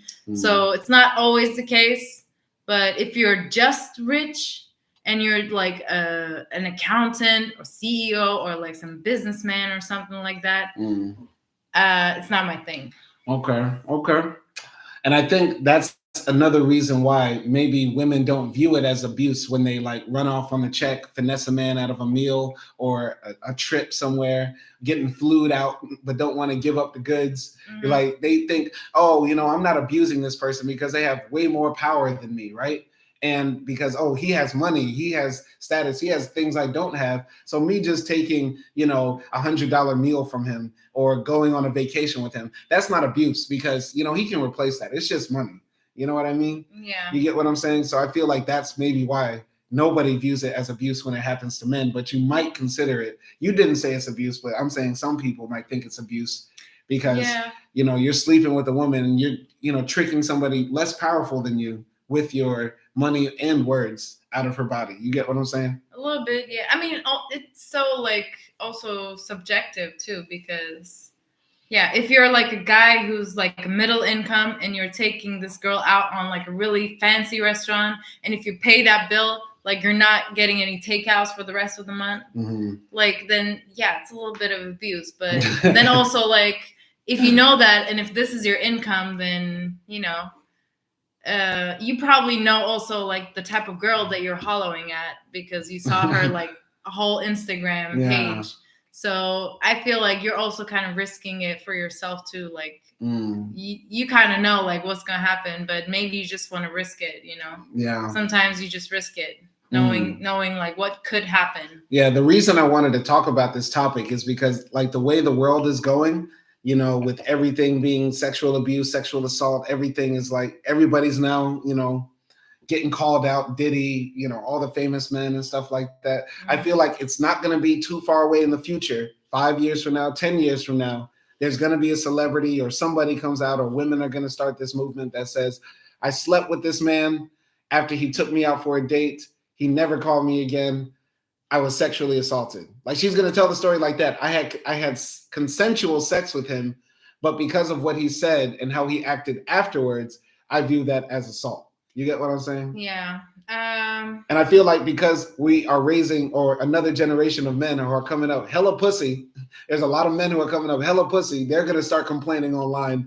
You know, I took this girl out. I took her to Red Lobster and paid for $200 for the meal. She never called me back.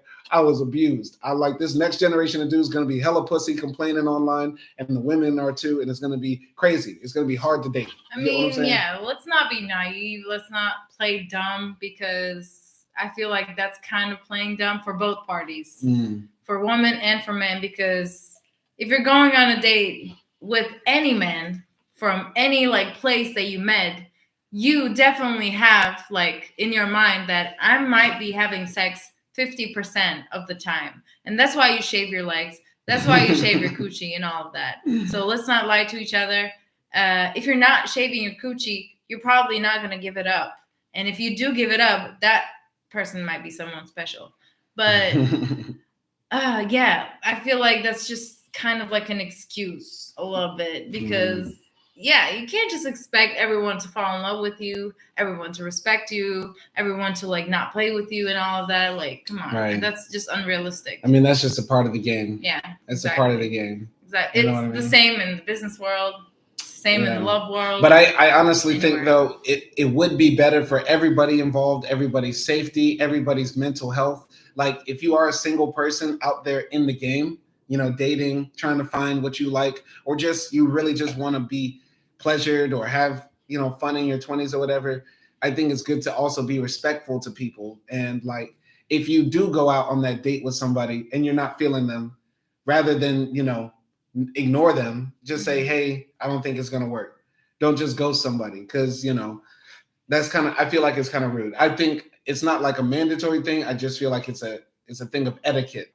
It's a thing of like class. It's a thing of like just having, you know, some respect for that other person who did spend their hard-earned money on you, or who did lay down with you and got piped out for a good 15 minutes. And now, you know, and didn't come, right? At the very least, you owe that girl a text saying, hey, you know, I'm married.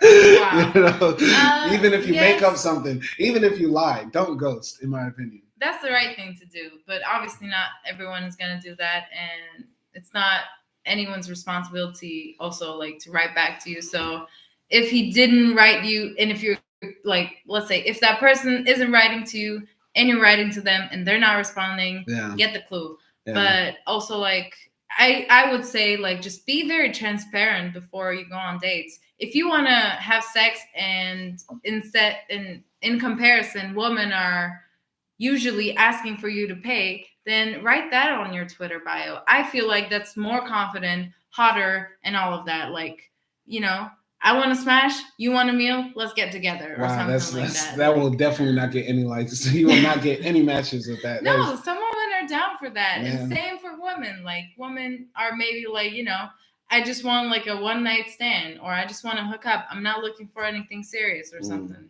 So like, yeah, then just be transparent, maybe not in a douchey way like I said it, but like a bit more subtle, but still like getting your point across. So yeah. All right. So Thomas Anderson jumped in here with a very good comment. Let me push it up so I can see. He said, Simon, what are the favorite movies you guys have reviewed in this channel? I'll let you try to answer first while I pull up the list real quick. I mean, I think one of our really best ones was Irreversible. I suggest you first see the movie and then like listen to our review. It's like a really interesting movie. It's like a psychological thriller, like horror a little bit. So yeah, I would say that one and Color Purple. Those are my favorite two ones. Right. Yeah. So just running through the list, by the way, go check out our movie reviews. So we started our reviews with the movie Saltburn. Saltburn is episode 1. I can't find it here in the list. Okay. Go to playlist. Okay, yeah, that's right. But I don't know if everything is in there. Okay. Either way, Saltburn was the first movie review we did. Then we did the Dave Chappelle Dreamer special, Climax, Jurassic Park, 12 Angry Men, Color Purple, The Handmaiden, Jungle Fever, Trading Places, Bottoms, Mrs. Mandela, Beast of the Southern Wild, Irreversible, The Skin I Live In. And Color Purple. So yeah, I said here.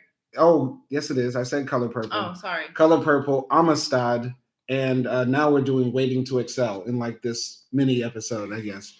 I definitely am feeling the Color Purple, actually, because it was such a movie that had a lot to talk about, big themes, Great Spielberg film. I'm very impartial to Jurassic Park, so I'm still going to say it. No, I'm joking. The one I enjoyed talking about the most was definitely Irreversible. I feel like that's the best episode we did. Mm-hmm. But you know what?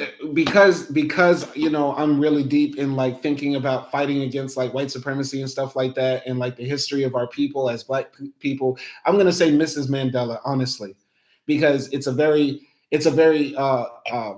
powerful story about a woman who was left alone without her husband, fighting against a system that was all against her. It's talking about like the radical changes that happened in her mind. She's a flawed character. There's parts of her you like, parts of her you hate. So even though Mrs. Mandela was not like the best movie in the list, it was still, to me, one of the best movies that I saw recently. In my opinion. This is not the Hollywood version, though. The Hollywood version is Winnie Mandela. Winnie Mandela, and this one is like a TV version, and you can find it in movies to watch. So this one is called Mrs. Mandela specifically. Right. So don't watch the wrong one. Right. I believe Thomas Anderson jumped in with another quote. He said, I recommend the movie previous to Irreversible. I think you left a quote and it said something like it's in the end or in the zone or something like that.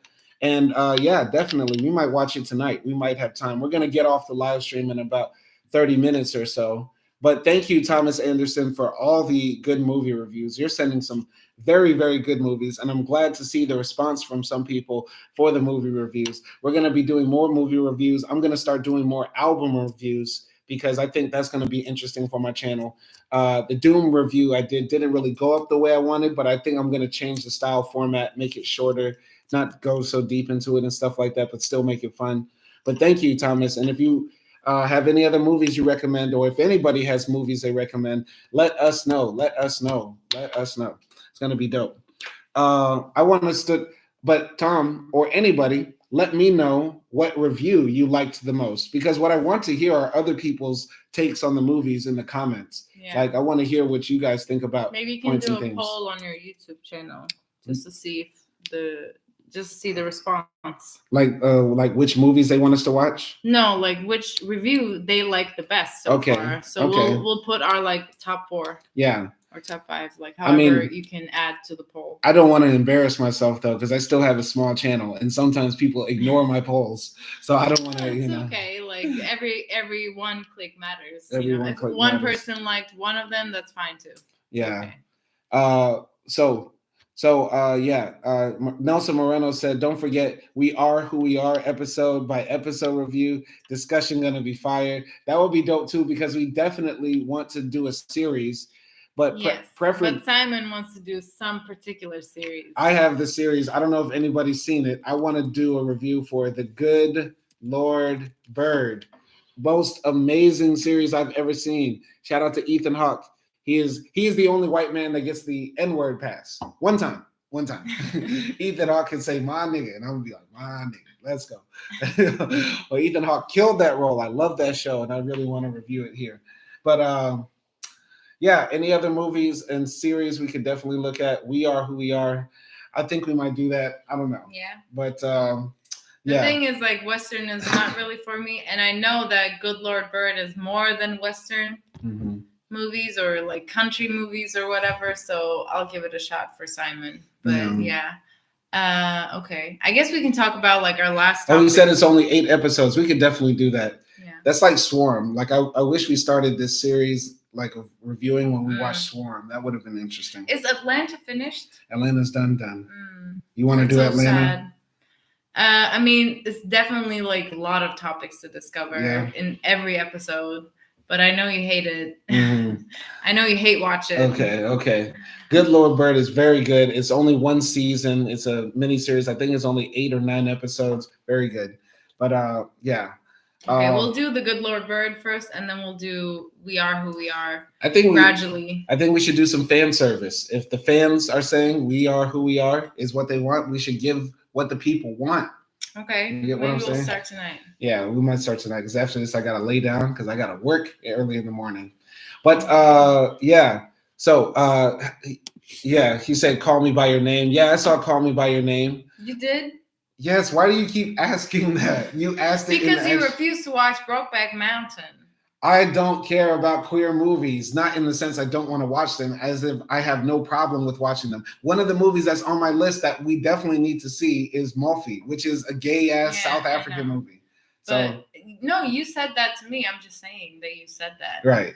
If you people want me to see Brokeback Mountain, y'all got to put it in the comments. Y'all got to comment. You're asking the wrong crowd. No, my crowd got to say Brokeback Mountain. Please want Simon to suffer for like 2.5 hours. I'm not going to suffer because I don't care if they're, It's so romantic. I'll just be honest. I don't like seeing two guys kissing on screen. Not Nelson Moreno says, not too gay. No, Nelson. This is the thing. I don't like seeing two guys kissing on screen. I turn away, but I have no problem with the story in itself. No, that'll be fine. Okay, that'll be fine. But movies, keep on sending them in. We're probably gonna start We Are Who We Are tonight. That would be dope. And let's talk about our last topic. Okay, so in the chat, guys, I sent a link to a tweet that was very interesting. Do you want to send it again? Oh, well, in case anyone missed it. No, I think that. Well, okay. Anyway, the chat is replaying.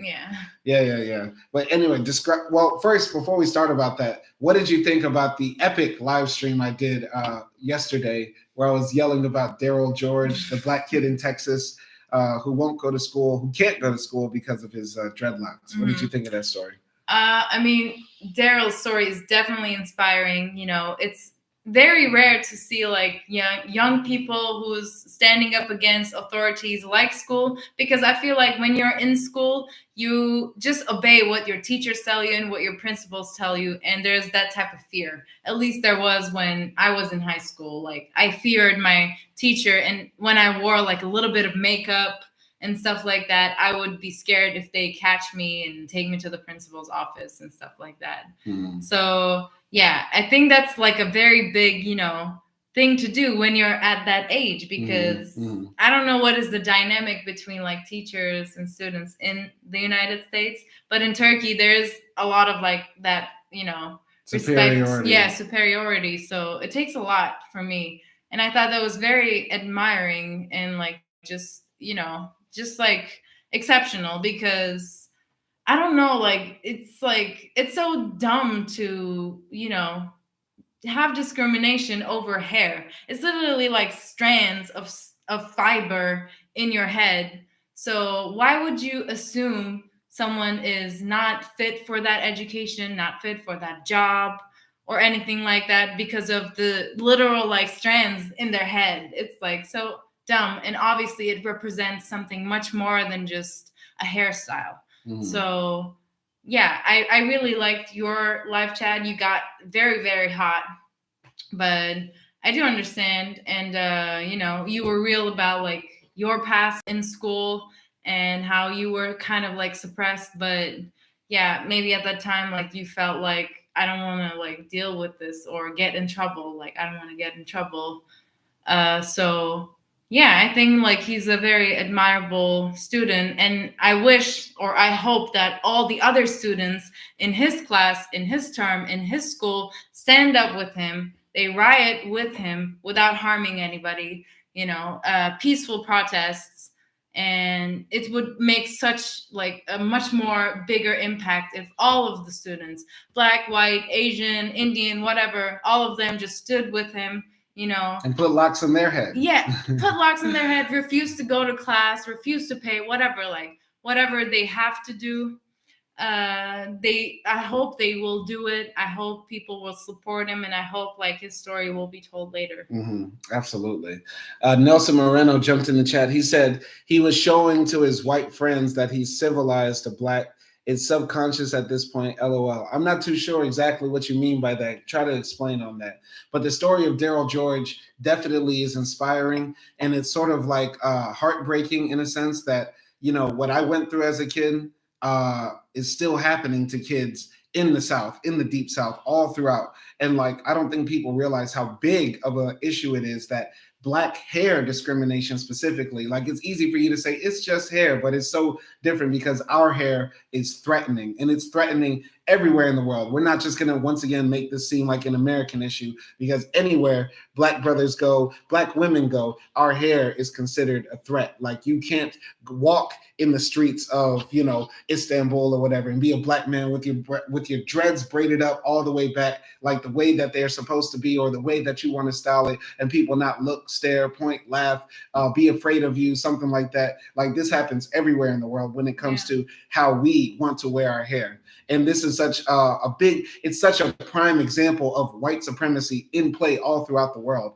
that our natural bodies are policed in a way that even when we're following the rules, because his hair is much longer, but he actually kept it up with the school guidelines, which he did not have to, by the way, because Texas passed a law that says you cannot discriminate against Black people's hair. Specifically, there's like a specific law said, do not discriminate against Black people's braids, locks, dreads, wigs, anything, regardless of gender, which is even crazier. The law says you cannot discriminate against people's hair, even of their gender. So that means I could be a boy walking into school with a blonde wig and put that up on my head. And I cannot be suspended according to the law. Yeah. But if I am a Black man wearing my hair in dreads or braids or whatever, and you can discriminate against me because, oh, the law doesn't talk about length of hair. Yeah. No, I'm sure like insane. This school has white males who have long hair, you know, that like sort of Jesus style, long hair, curly hair, puffy, like, you know, a little bit like wavy curly hair of white males. And I don't really think anybody bats an eye on those things, you know? I don't know. Right.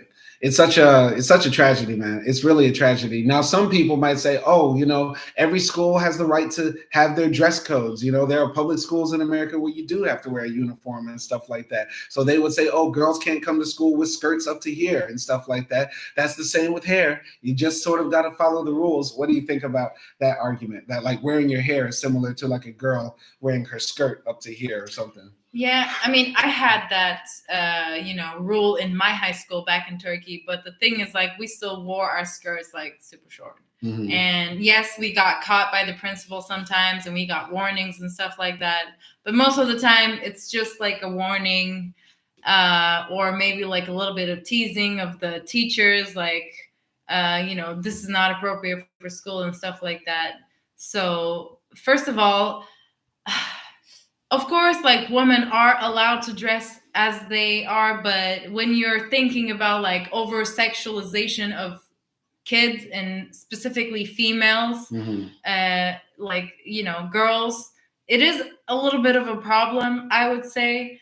So I understand it a little bit. There is that like a little bit of motivation of not really distracting students from anything else but education. So we don't want you to like, you know, be objected to something sexual. And what we can do to prevent is like have your skirts a bit longer, because obviously they cannot monitor everyone at school. And so, yeah, but the thing with hair is like, there's no reasonable explanation behind it. Right. So unless you think there is something to sexualize about a young Black man's hair, or unless you think a young Black man's natural hair is some sort of distraction, just because you are obsessed with him, you can't stop looking at him. Yeah, that's why I said like a logical explanation. Yeah. Because if you think about it, there's none. Like, there's no logical explanation. It doesn't prevent you from focusing to your class. It doesn't prevent, like, it doesn't cause any harm. There's no like violence related to it. There isn't sexuality related to it or anything like that. So yeah, like one thing, like for example, in my high school, guys were like forced to be like clean shaved, and that was sort of like it.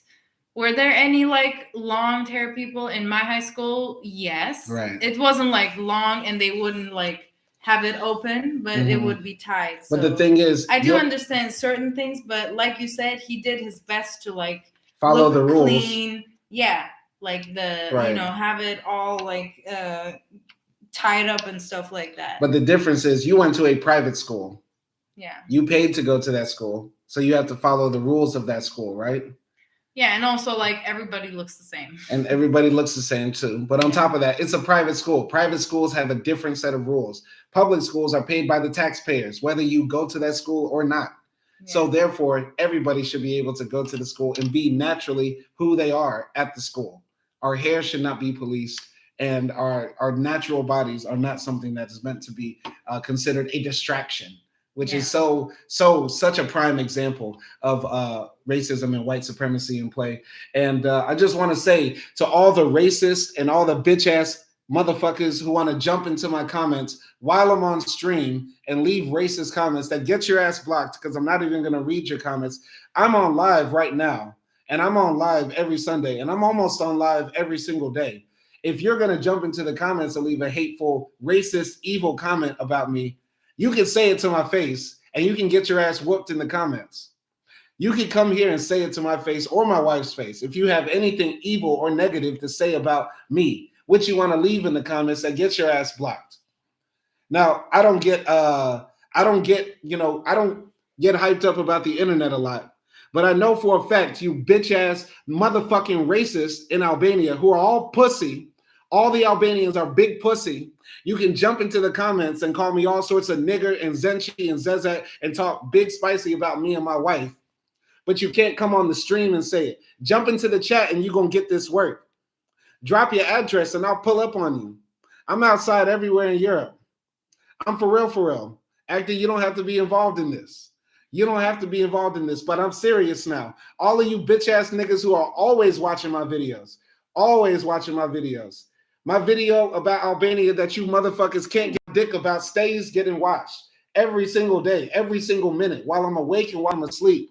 I am right here. Y'all can talk to me.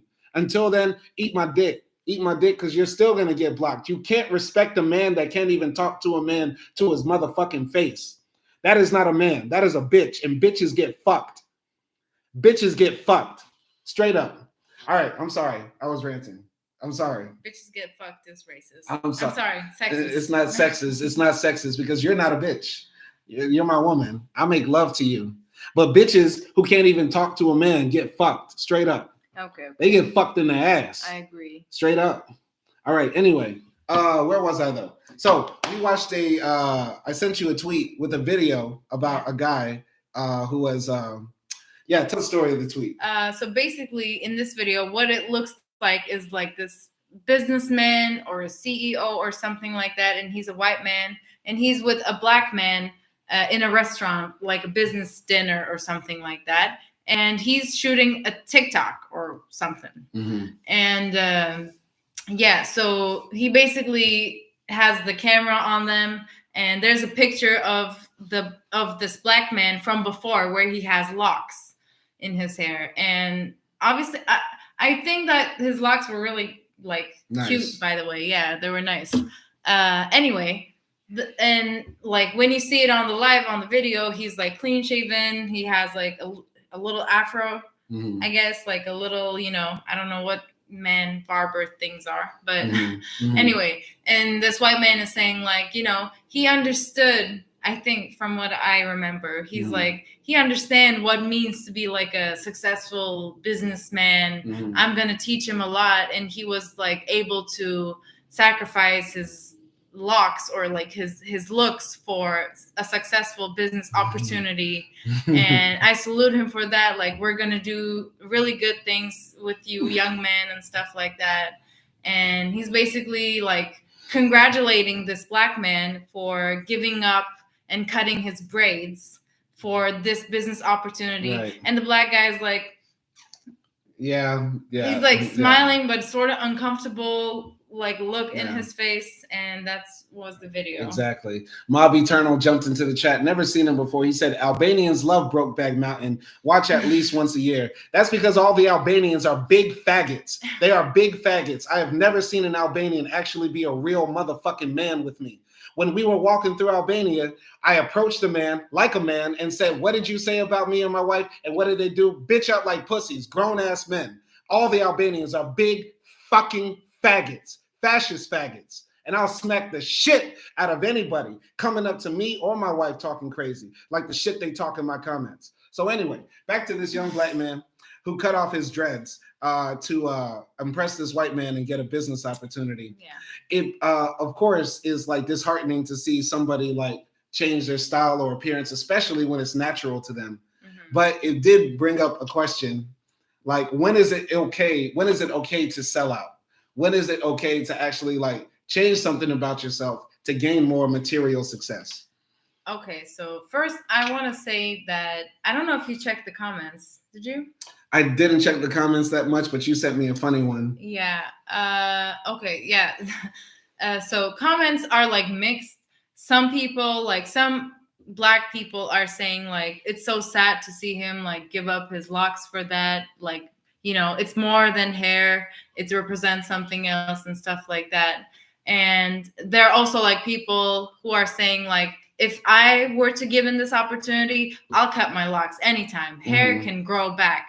So it's more like important to take this opportunity. And then when you get richer and more successful, then you can hire people and not force them to change their looks and stuff like that.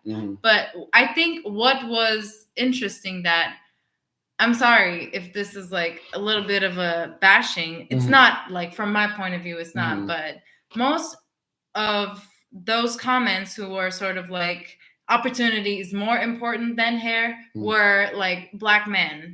And I do think it's a bit of like this sexist pressure on Black men to be like, not specifically Black men, but generally for men to, you know, have a lot of money and stuff like that. Like everything we talked about dating and stuff, like have finesse, have money, make money and stuff. So I do think like there's part in it that there's pressure. Not all Black men were like, you know, defending the white guy, but some of them were. And yeah, most Black women and some Black men were saying like, yeah, it's not okay to cut your hair for opportunities. It's selling out. It's, you know, sad to see him this way and stuff like that. And of course, all the white people were like, I don't see what the big deal is. Yeah, of course. That's the most annoying thing. Whenever we have a conversation, like white people's opinions are so annoying. all white people were like, and yeah, like one of them was like, you know, who would want to hire a lawyer looking like that with dreads? Oh God, yeah, that's a racist comment. That's hilarious. I said me. I don't know if you'll see ever like my comments, but I tweeted like me. Yeah, definitely. But definitely. Yeah. So yeah, I thought comments were a bit like interesting. It is a bit of a give and take because on one hand, you know, let's say that was just a fake thing because 90% of the stuff we see on social media is fake, other than this real ass YouTube channel, which is the realest channel you'll ever see. But let's say it was a fake video and maybe that was an old picture. He had naturally cut his hair, whatever, right? And they just wanted to go viral. But let's actually take it on face value, right? He shaves his hair for an opportunity. Now, he's a young man, 20-something years old. He still has the opportunity to grow his hair again. He could, you know, become hella successful with this job or opportunity and, you know, become so rich he's the boss and he can grow his dreads out in locks. So maybe there is that part of it where it's like short-term sacrifices for long-term gain, right?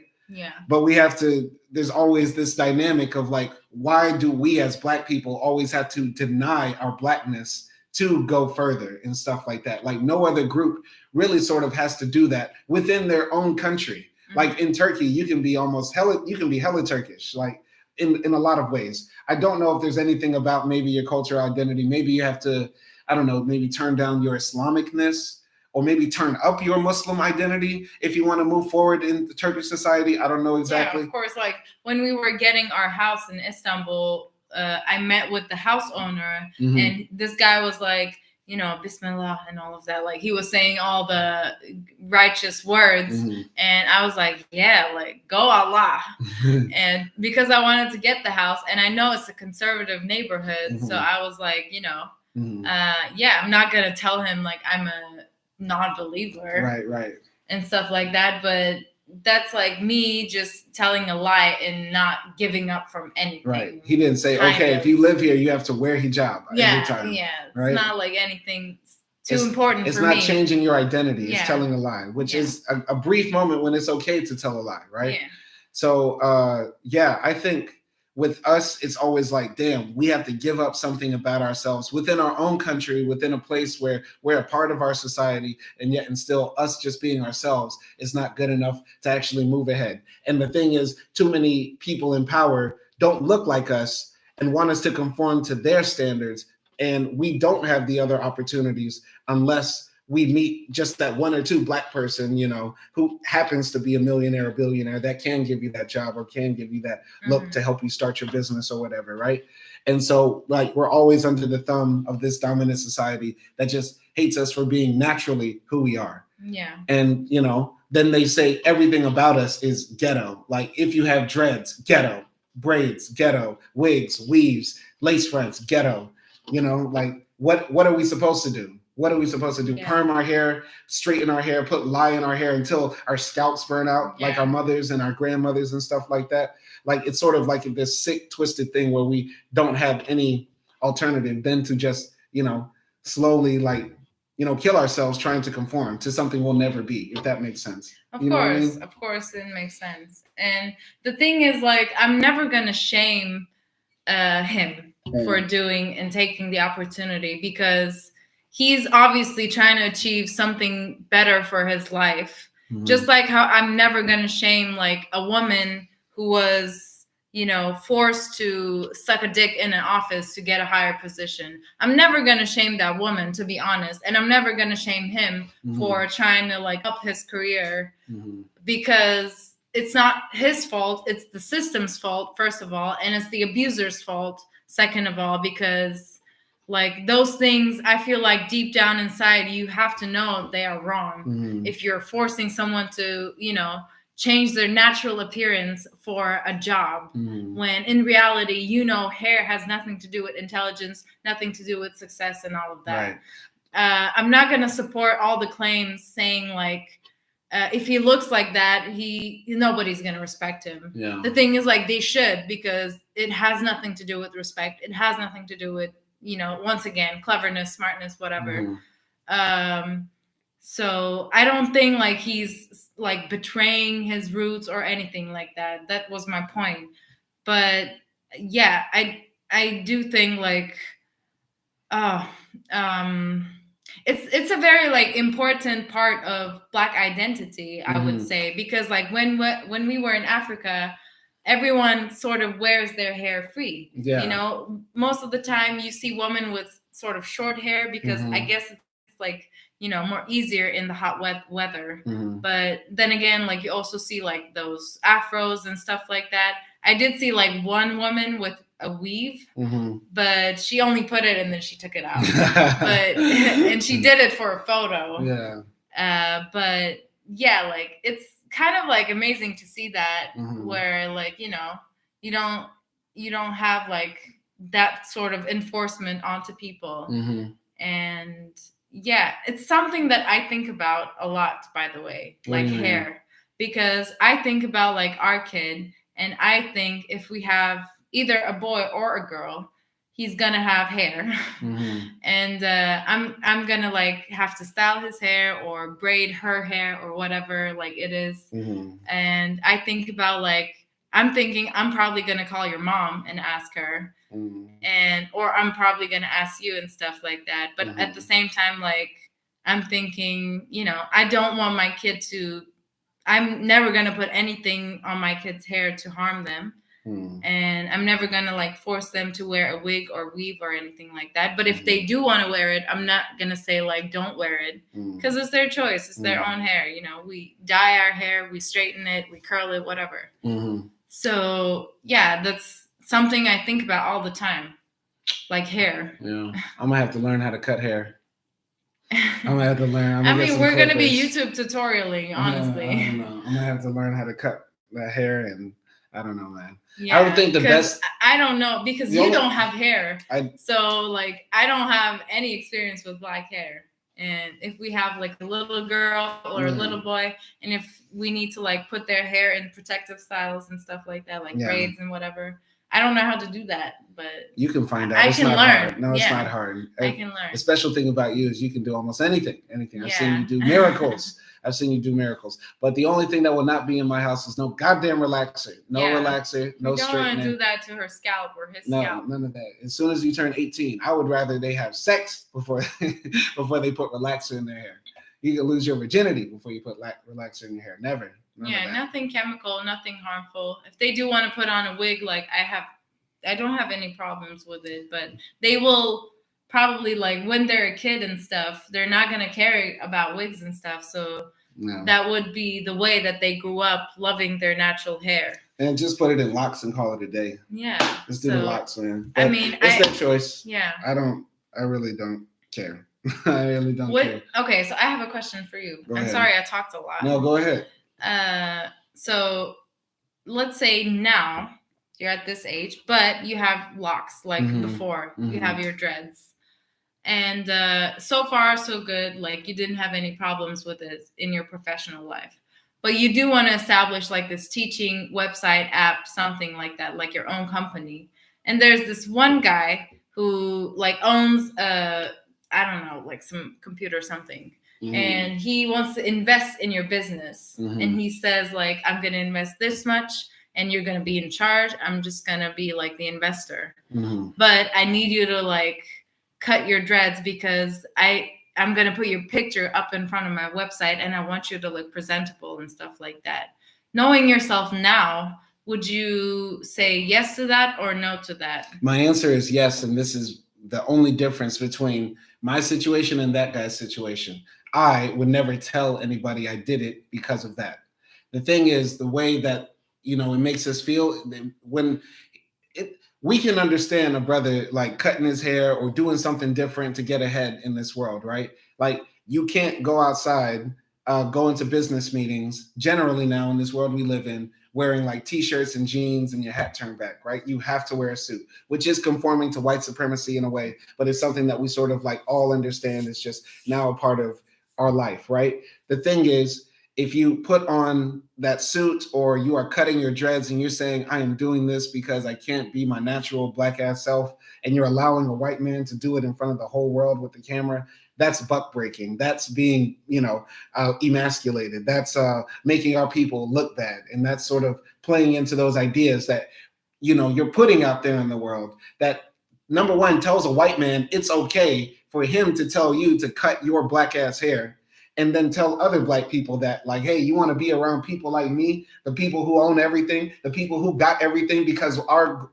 great-great-grandfathers raped your mothers, beat your daddies until they died, and sold your kids off to our other friends until they made money off of them, until we were forced not to do it anymore. Then we passed down that wealth to their kids, and that's where we are today. And we can still tell y'all niggas to do that now. That's the big difference. You get what I'm saying?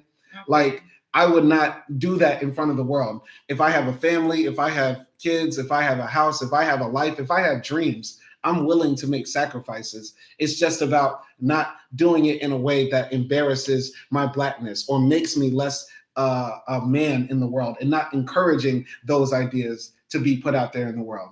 Okay. If the video, if he was going to give me $1 million to start my English company, but he's going to put his arm on me and say, this is my boy Simon, my favorite blackie, and I made him cut his hair, and we bring you English Simon now. And then he walks away. No, I can't do that. Yeah. You get what I'm saying? Yeah. Okay. Does that make sense? Yeah. Yeah, I understand. Like I said, I can't blame him for taking the chance, you know? But yeah, it is a bit harsh to, just stand there next to the guy and kind of take it. Yeah, absolutely. But my thing is, like, would this saying yes to something like this, can it cause more problems? Because if he asks you to cut your hair, then next time he can ask you, oh, Simon, like, some of the students don't really like talking about Black history, so I'm going to ask you to avoid topics that concern slavery. That's fine, because if we're running a company, we're here to, give our customers what they want. If they don't want to learn about Black, I don't give a fuck. They're paying for the service, right? Okay. There are people that do want to learn about Black history, and maybe we could open up a separate service where we do that explicitly at my school or whatever. And there's plenty of other resources as well. It's just about the self. We are not trying to force other people to, be into us or anything. We just want people to leave us alone.